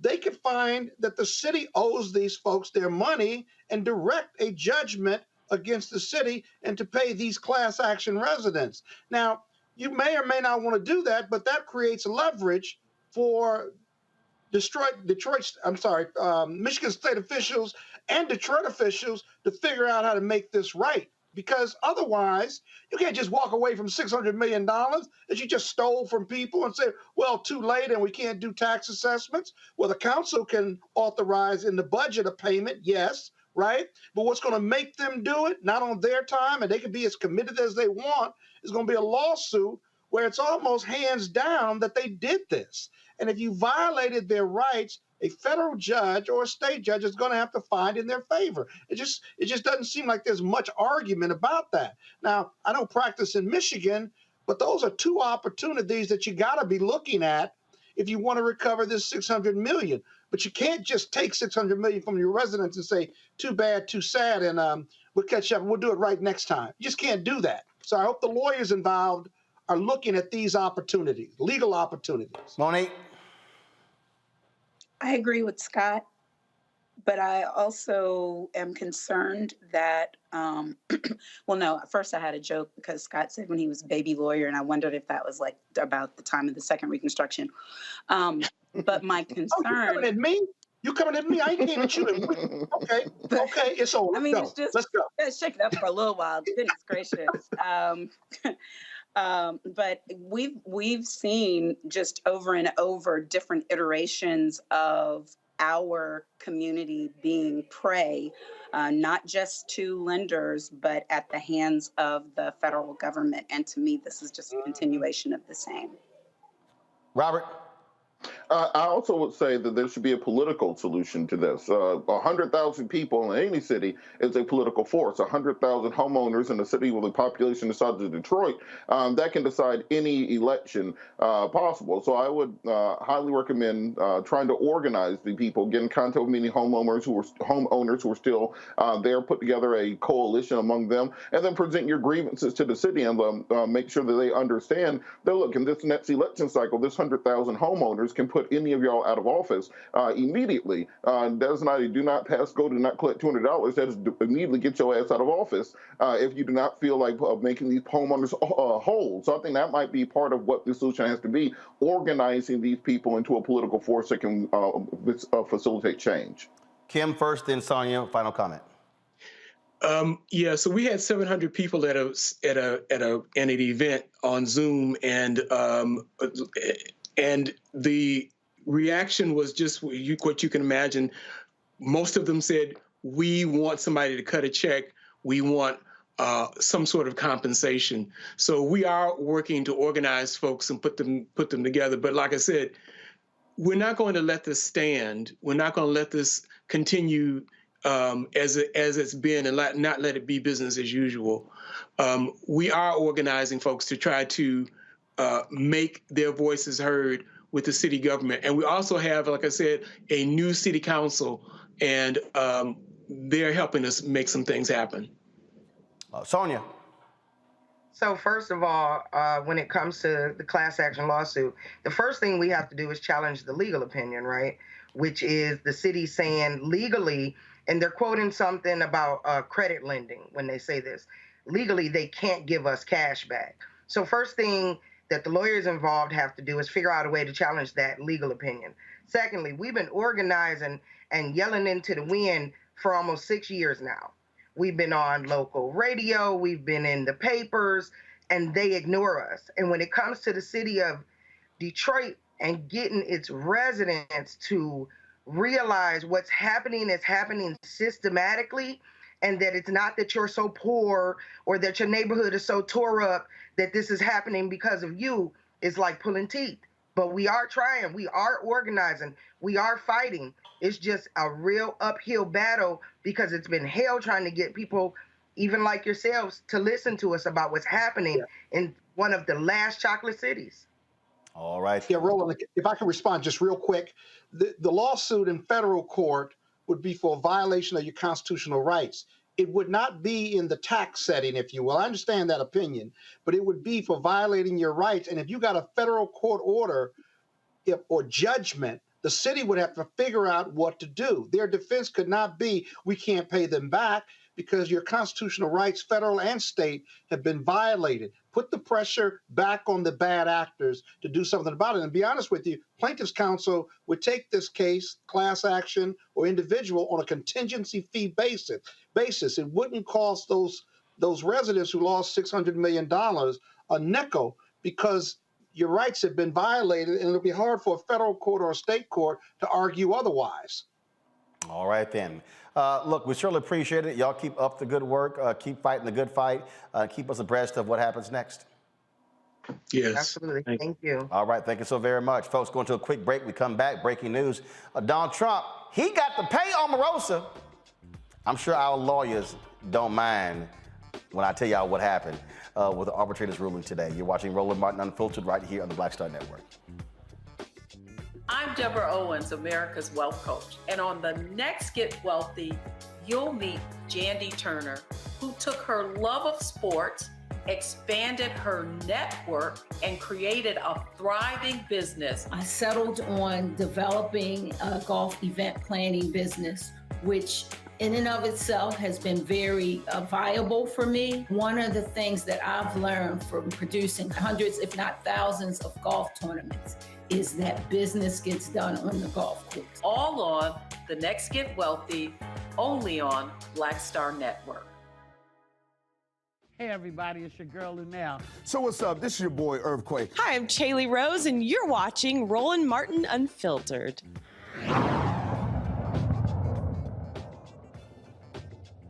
All right, folks, when we came on the air, breaking news came out that the Donald Trump campaign, they got to pay Omarosa Manigault $1.3 million as a result of them suing her regarding their non-disclosure agreement.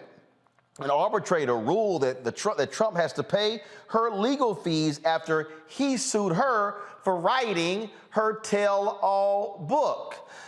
Monique, Omarosa, a good friend of yours, she, of course, feeling real good today. And the Trump folk, he just keep taking L's.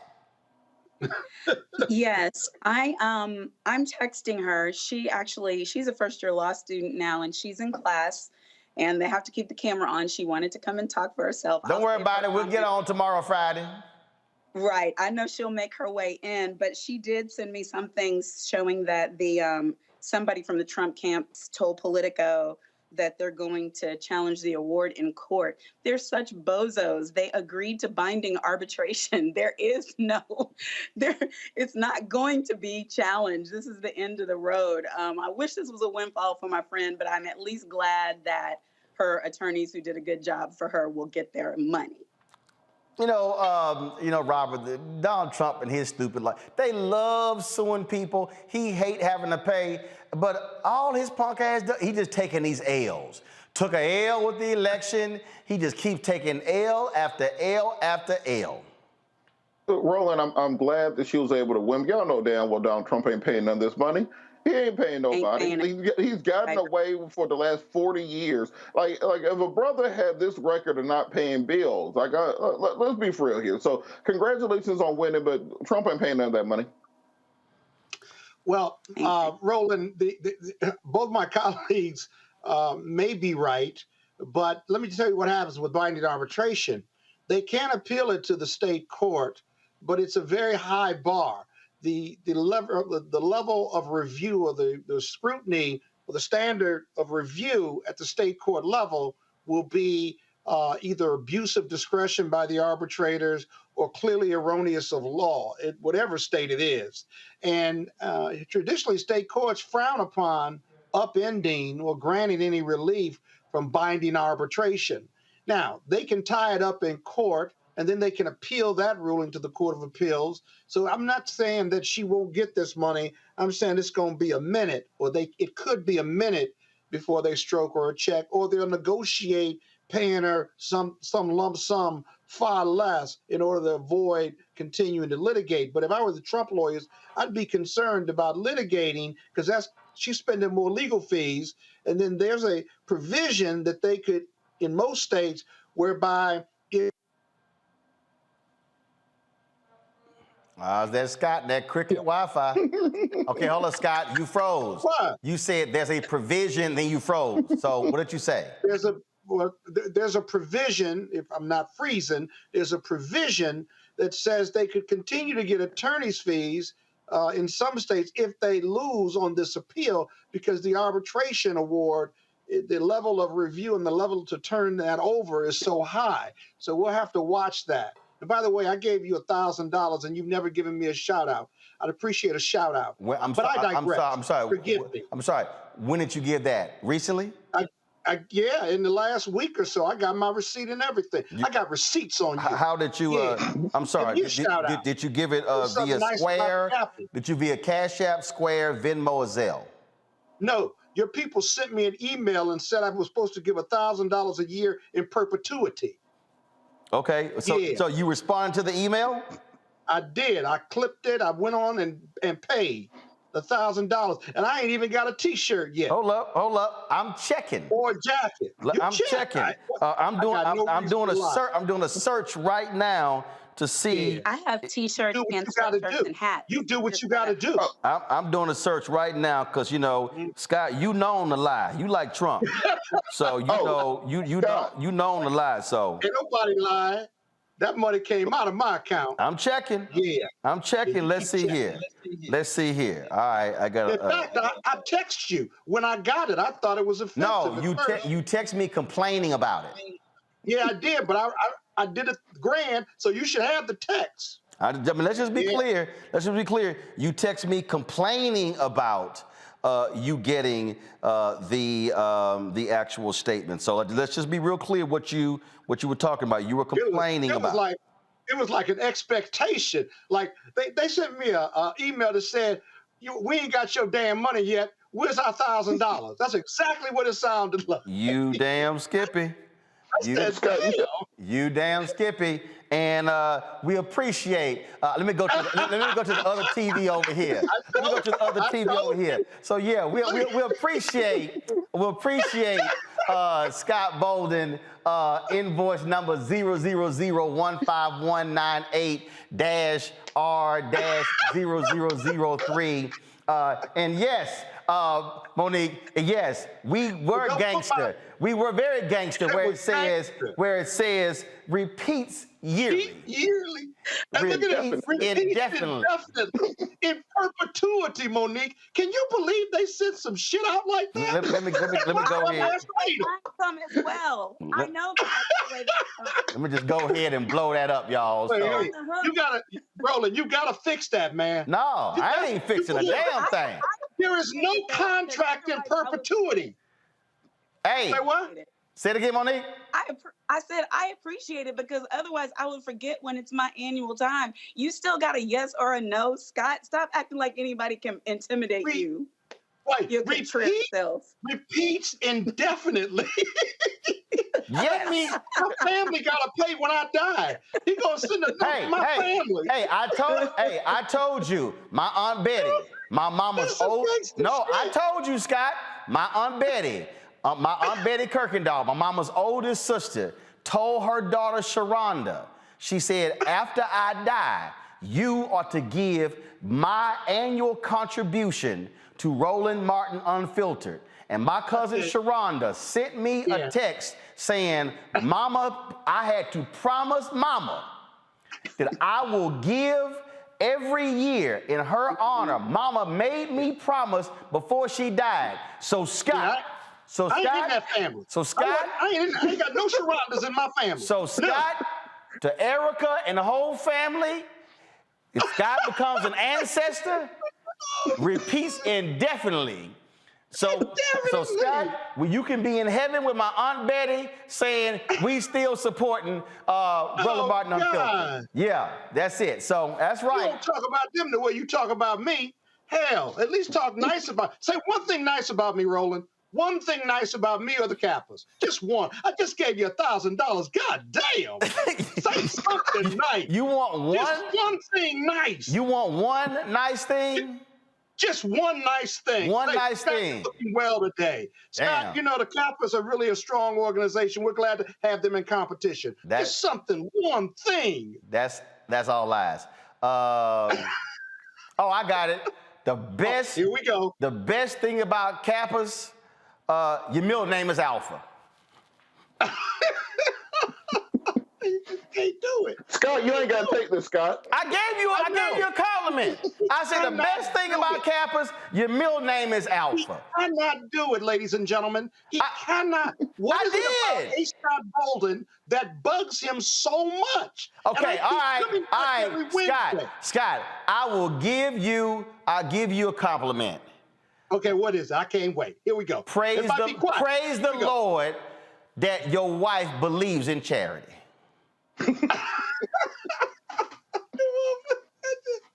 Praise the Lord that Erica is such a Proverbs 31 woman.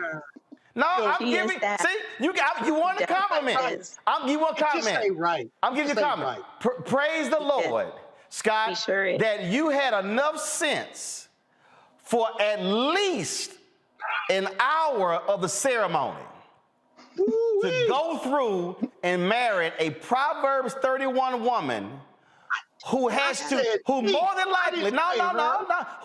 likely has to continually lay hands on you, to pray over you, to keep that ego in check, to make sure. Hey, you asked me to say something nice. I'm offering praises to absolutely your better superior half. You're going to do right by me one day, Roland. You hear me? You're going to do right by me. I'm just saying, that's all you get. Going to a break. Right by me one going day. to a break. Right by me. Look, hey, I gave you two. I guess. Okay. See? That's the best we're going to do today. One was $500. The other one was $500. I gave you two. All right, y'all, when we come back, we're going to talk to a brother who created an app to make it easier for folks to stay in contact with their loved ones who are in jail. You're watching Roland Martin Unfiltered on the Black Star Network. We're all impacted by the culture, whether we know it or not. From politics to music and entertainment, it's a huge part of our lives, and we're going to talk about it every day right here on The Culture with me, Faraji Muhammad, only on the Black Star Network. I'm Deborah Owens, America's Wealth Coach, and on the next Get Wealthy, you'll meet Jandy Turner, who took her love of sports, expanded her network, and created a thriving business. I settled on developing a golf event planning business, which in and of itself has been very viable for me. One of the things that I've learned from producing hundreds, if not thousands, of golf tournaments is that business gets done on the golf course. All on the next Get Wealthy, only on Black Star Network. When did you know that this is what I wanted to do? I think right after high school, because in high school I was in all the plays. Well, I was always funny, but I didn't know nobody would pay me for it, you know? And then I saw Eddie Murphy. This was like '84 when I saw Eddie Murphy. Eddie Murphy was the hottest thing in the whole wide world, not just comedy. But anyway, he saved Saturday Night Live. If he hadn't started that show would be gone. He had done 48 Hours, Trading Places, his first Beverly Hills Cop, could wear the hell out of a red leather suit, and he wasn't but 23 years old. He was rich enough to pee cream, and he got all that telling jokes. I said, shit, I've been funny my whole life. I didn't know people give you money like that, so I went and got some Red Fox albums. I went down to my mama's basement where I was living anyway, and I stood in that mirror and played them albums and them jokes until I could tell them like they was mad. Wow. And that started me doing jokes, and then I went and did comedy in the street. I was standing on State Street, tell jokes and pass my hat, and white folks would come up and just hand me money, and I liked it.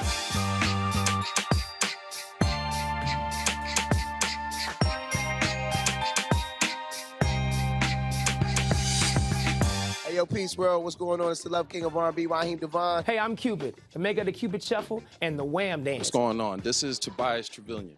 And if you're ready, you are listening to and you are watching Roland Martin Unfiltered.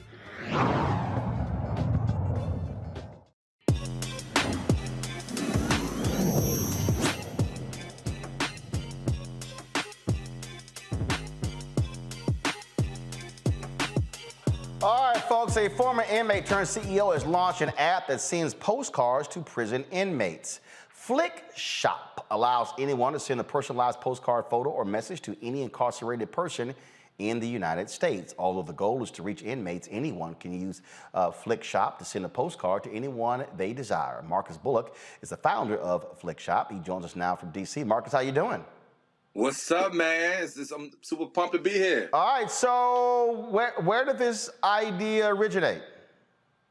You know, I mean, I'm super passionate about wanting to connect families with their incarcerated loved ones. It started with me wanting to connect with my friends who were in prison. I went to prison when I was a 15-year-old kid for carjacking somebody in a shopping mall parking lot out in Fairfax. I got sentenced to 8 years in adult maximum security prisons as a result of that stupid decision that I made as a 15-year-old sophomore in high school. I spent the rest of my teenage years in my early 20s growing up inside of the state of Virginia, some of the state of Virginia's worst prisons.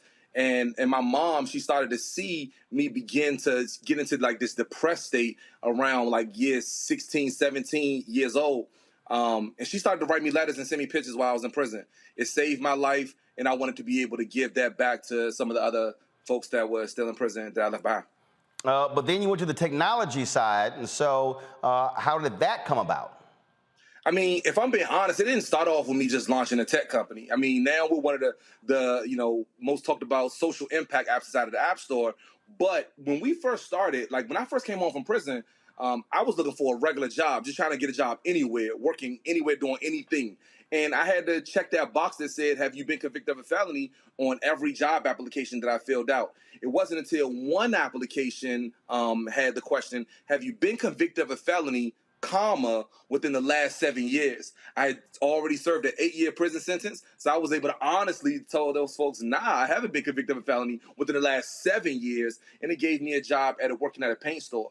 While I was working at that paint store, I saw an opportunity to be able to connect the people in D.C. who needed to have their kitchens and living rooms painted with some of the painters who were complaining about this real estate bubble that was causing the construction industry to change during the mid-2000s. I started a small painting business there. That painting business began to grow and expand. And then I was able to quit working at that paint store, run that painting business that grew into a construction company full time. And over time, I was able to pull revenue out of that construction business to launch my now tech company that I dreamt about doing for so many years. Wow. How many postcards have come through your company? So to date, we've sent almost over 700,000, almost 800,000 postcards. Over almost 1.5 million photos that end up going into some of these prisons. And we ship postcards into all 50 states. All right. So it's not just, a local county jail or a state prison, but also federal prisons and ICE detention centers, juvenile facilities. It's something I'm really, really proud of. All right. Questions from our panel. I'll start with you, Robert. So question, we've noticed a lot of people really like dating people or being pen pals with people who are incarcerated. We just saw Monica hooked up with C. Murder while he's in custody. Have you thought about kind of evolving this into a dating concept where people can connect with folks behind bars and have a correspondence going back and forth? You know what's interesting? Because folks like C. Murder, they one of our most Flikshop folks that's in these prisons, right? I remember when Meek Mill was locked up, he was definitely one of our most Flikshop celebrities. Because it's interesting, this is the place where you know that they're sitting down and you know the person that's locked up is going to actually receive this thing, right? And so folks were all fans from all over. They was when Chris Brown was locked up, when Lil Boosie was locked up, all of them folks were sending these postcards. And what it allowed me to be able to see was exactly what you're saying. It was folks who were looking for relationships, and maybe not with the celebrities, maybe some of them with the celebrities, but some of them maybe not with the celebrities, but just with pen pals. And so we started to evolve our technology so that you can now send postcards to anyone anonymously. You can just send a postcard to someone that's celebrating a birthday through the app, or maybe someone that's sitting in solitary confinement through the app. And maybe if you send them that, that encouraging message, if they decide to write you back and you guys build something there, that would be dope. Monique? I think what you're doing is wonderful.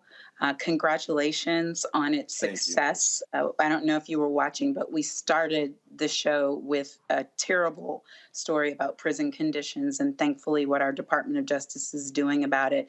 And I think it's a real arc for us to see on the other end of it, the level of humanity that you are facilitating for people who definitely need that human connection the most. So thank you for your work. Thank you so much, Monique. I'll tell you, like, when I was in prison, look, there's no social media or no internet. There's no easy emailing or texting in any of these facilities. And so you're talking about millions of people. I mean, it's 2.3 million people that are incarcerated in this country. And a lot of us know that stat, but what we don't realize is that 600,000 of them are coming home every year. And as I think about how we want them to come home, I want to make sure that we're preparing them in a way that we think about other communities, whether or not it's people coming home back from college, and we want to be able to make sure that we got that connection for that cousin that needs a job in marketing, or whether someone is coming home from the military and they need connections back to the community because they're trying to figure out their way how to fight back into a different kind of reentry. Either way, we want to be thoughtful about how people are returning to the community. I was blessed to be able to have my mom, who was thoughtful enough about ensuring that she helped pave a way for success for me when I came home from prison. How are we being thoughtful about those other 2.3 million that are coming home, or the 600,000 that come home every year? That's something that I spend a lot of time thinking about. One of the things I'm most excited about, what we're working on now with Flikshop, is allowing even our employer partners that are leveraging our technology to send notifications back to people that are in these cells to let them know, hey, listen, we still hire people that have felony convictions at our company. We still want people to come work here, and now here's an opportunity to be able to come and work at our company when you come home. Leveraging the big data that we have now allows us to be able to segment these kinds of populations and not only help connect families during that journey, but now we're working with employers. It's one of the things I'm really proud of. Yeah. But, you know, this is Scott Bolden. The power of this concept and the power of your entrepreneurship is what you're giving those incarcerated. I've got a brother that's been in and out of the system several times, and sending an easy way to send a postcard, whether it's from an employer or big data or just from a family member or a fan, that's probably the most positive thing they have or receive while they're in prison. Everything else is negative, if you will. I mean, they're regimented. And so entrepreneurship is the key, in my opinion. And I've had a challenge. It's been a challenge getting my brother to take up the entrepreneurship mantle. As a felon, it's hard to get a job because of those questionnaires still, notwithstanding. And so could you talk a little bit, or as long as Roland will let you, about the power of entrepreneurship compared to your incarceration, where you are now, versus where you'd be if you were still, quote, looking for a job, versus really creating opportunities to employ others and you own the company? I mean, absolutely. Look, you hit the nail on the head. If I'm being honest, you know, one, I'm grateful for that one application that had that comma, you know, on, you know, after that question, have I been convicted of a felony? Because it allowed me to answer it in an interesting way, right? But the interesting thing about that is that I filled out 41 job applications before I got to that 42nd one that allowed me the opportunity. Now, they're talking about the same Marcus at the first 41 that landed on that 42nd that allowed for me to transform that into something amazing like our construction company that eventually allowed us to be able to launch this tech business. One of the things that, you know, our family suffer from, you know, our brothers and our sisters that are coming home from these cells is not the lack of brilliance. There's no shortage of brilliance that are sitting in these cells. Really, it's a lot of it is about the social capital, access that folks don't have when they come home. And if we're being thoughtful about helping to prepare people for a real reentry pathway when they come home, it's sometimes going to look like entrepreneurship. That's going to look like that's the best route. It's going to be the route that will allow you to create some sustainability around how you want to live your life. It allows you to be able to flex your creative muscles as you try to deliver on all the things you've been thinking about for all of these years. I mean, I dreamt about these moments when I was sitting in cell C12, right? I mean, like, dude, you have no idea, like, how many times, like, my folks that's locked up, and they, you know, I'm gonna send them pictures and screenshots of this joint right here, and I'm like, yo, for real, roll of mine, the same roll of mine we was listening to, watching on a day room in a pod, like, that's magic. And what it signals to not only the people that are sitting in those cells that, one, it can be done,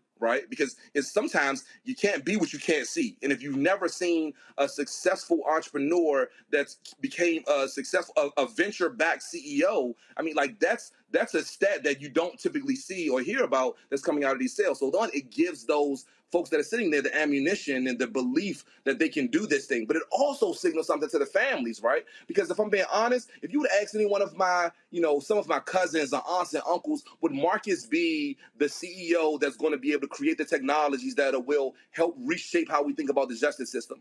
They would look at him like, I think he's pretty smart, so he'll probably come home and do something.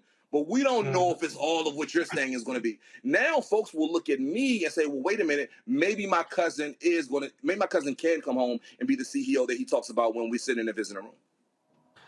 First of all, the point that you made there, Marcus, I'll be honest, the biggest thing that I regretted when TV One canceled News One Now were the number of brothers in prison who watched the show. The number of people who came up to me all around the country, brothers said, man, I got through prison watching your show. And so the information that we were providing, the comedy segments, the business segments, I mean, these brothers, in fact, Ron Lester, Ron is a brother who opened a transportation company here in DC. And they were, Ron told him that he was going to be on my Tom Jones segment the next day. He was like, wait a minute, Roland Martin? He said, man, the prison took TV One off the cable system. He said, we shut the prison down. He said, we boycotted for almost a week and forced him to put it back on the network. And that's the thing that I tell people, you don't know who you're talking to when you're doing shows like this and how you're speaking to somebody, inspiring people. And so I'm sure that somebody who's now watching you, if a brother is sitting in a jail and they're seeing this, they're streaming this show, they're getting some inspiration by what you did with Flikshop. And so folks can download this app on all the platforms, correct? Yeah, so it's available on Android, iOS, or you can visit flikshop.com. And send a Flikshop directly from my website. All right, Marcus Bullock, man, I appreciate you joining us. Good luck with it. Can't wait till you hit that 1 million mark as well with those postcards. We appreciate it. Thanks a lot.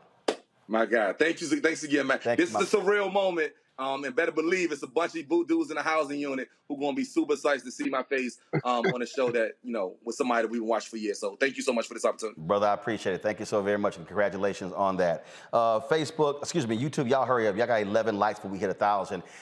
That's it for today's show. It's some stories we didn't get to. We're going to cover those tomorrow, but I'm not going to be here tomorrow. First, I got to go speak in Clemson at their Men of Color conference. I've been there a couple times before, and also I'm literally flying up tomorrow. Speaking, I'm flying back because tomorrow's also my 21st wedding anniversary. This is Reverend Dr. Jackie Hood Martin. This is a photo that I shot before I went to Liberia. But this is the photo. We got married 21 years ago. And so all y'all folks who think it's new that me wearing African outfits, I got married in a white and gold one. So don't sit here and try to play a brother, okay? It ain't new to me. I didn't just start wearing them when I went to Ghana and Liberia, so y'all might want to go ahead and check yourself. So again, I will not be here tomorrow. Who's sitting in tomorrow? Reese is going to be sitting in the hosting chair tomorrow. Y'all know she's going to be cussing up a storm, so just go ahead and let y'all know. When all y'all still watch tomorrow's show, we got some great stuff for y'all tomorrow, so don't miss it. Don't forget, if y'all haven't seen my Michael Collier interview, go ahead, go to the Black Star Network app. Absolutely hilarious. Check it out. We also, the first 7 parts of our Ghana series, also on the app. Fantastic. If you have seen that, so go check it out as well. And don't forget, we're trying to hit 50,000 downloads. Keenan, send me a text. Where do we stand now? How many downloads do we have? We want to get 50,000 downloads by May 1st. Hit all the platforms. We're on all of them. Android phone, Apple phone, Android TV, Apple TV, Roku, Amazon Fire TV, Xbox One, Samsung Smart TV. And of course, please, man, y'all blew it out yesterday with your contributions. I asked y'all, let's raise $5,000 to hire a business writer, and I'm actually gonna make it a 3-month project where we're gonna simply we're gonna target all these companies, and I'm adding one thing, all these companies that talk to all the promises they made at George Floyd's death, we're gonna call every single one to see how that money is being spent. Yeah. we want to check some folks for real. And so, Scott, your $1,000 would certainly come in handy to pay that business writer. So your donation was on time. So we appreciate that for a Kappa doing something good for a change. Y'all, go ahead and P.O. Box, send a check or money order 57196, Washington, D.C. 20037-0196. Monique, when you send your money, I need to double check to see if yours came through. Cash App is $RM Unfiltered. PayPal is R Martin Unfiltered. Venmo is RM Unfiltered. Zelle is Roland@RolandSMartin.com. Roland@RolandMartinUnfiltered.com. That's it, y'all. Again, I'm gonna be chilling tomorrow for the anniversary. Have we finally hit 1,000 likes? Man, y'all gotta stop having me try to beg y'all to hit 1,000. It don't make no sense. We had 2,500 people watching at one time on YouTube, and here we finally crossed 1,000. All right, y'all. Again, Clemson, I'm gonna see y'all tomorrow. Talking to the brothers. I got a word for y'all. Trust me. And also to all my Texas A&M folks, tomorrow's also Aggie Muster, where we remember all Aggies who died in the previous year. So shout out to all of my Texas A&M family members, especially those black Aggies who passed away in the last year. Folks, that's it. I'm gonna see y'all on Friday, but y'all come back here tomorrow. Y'all know how we do it. Holla! Martin!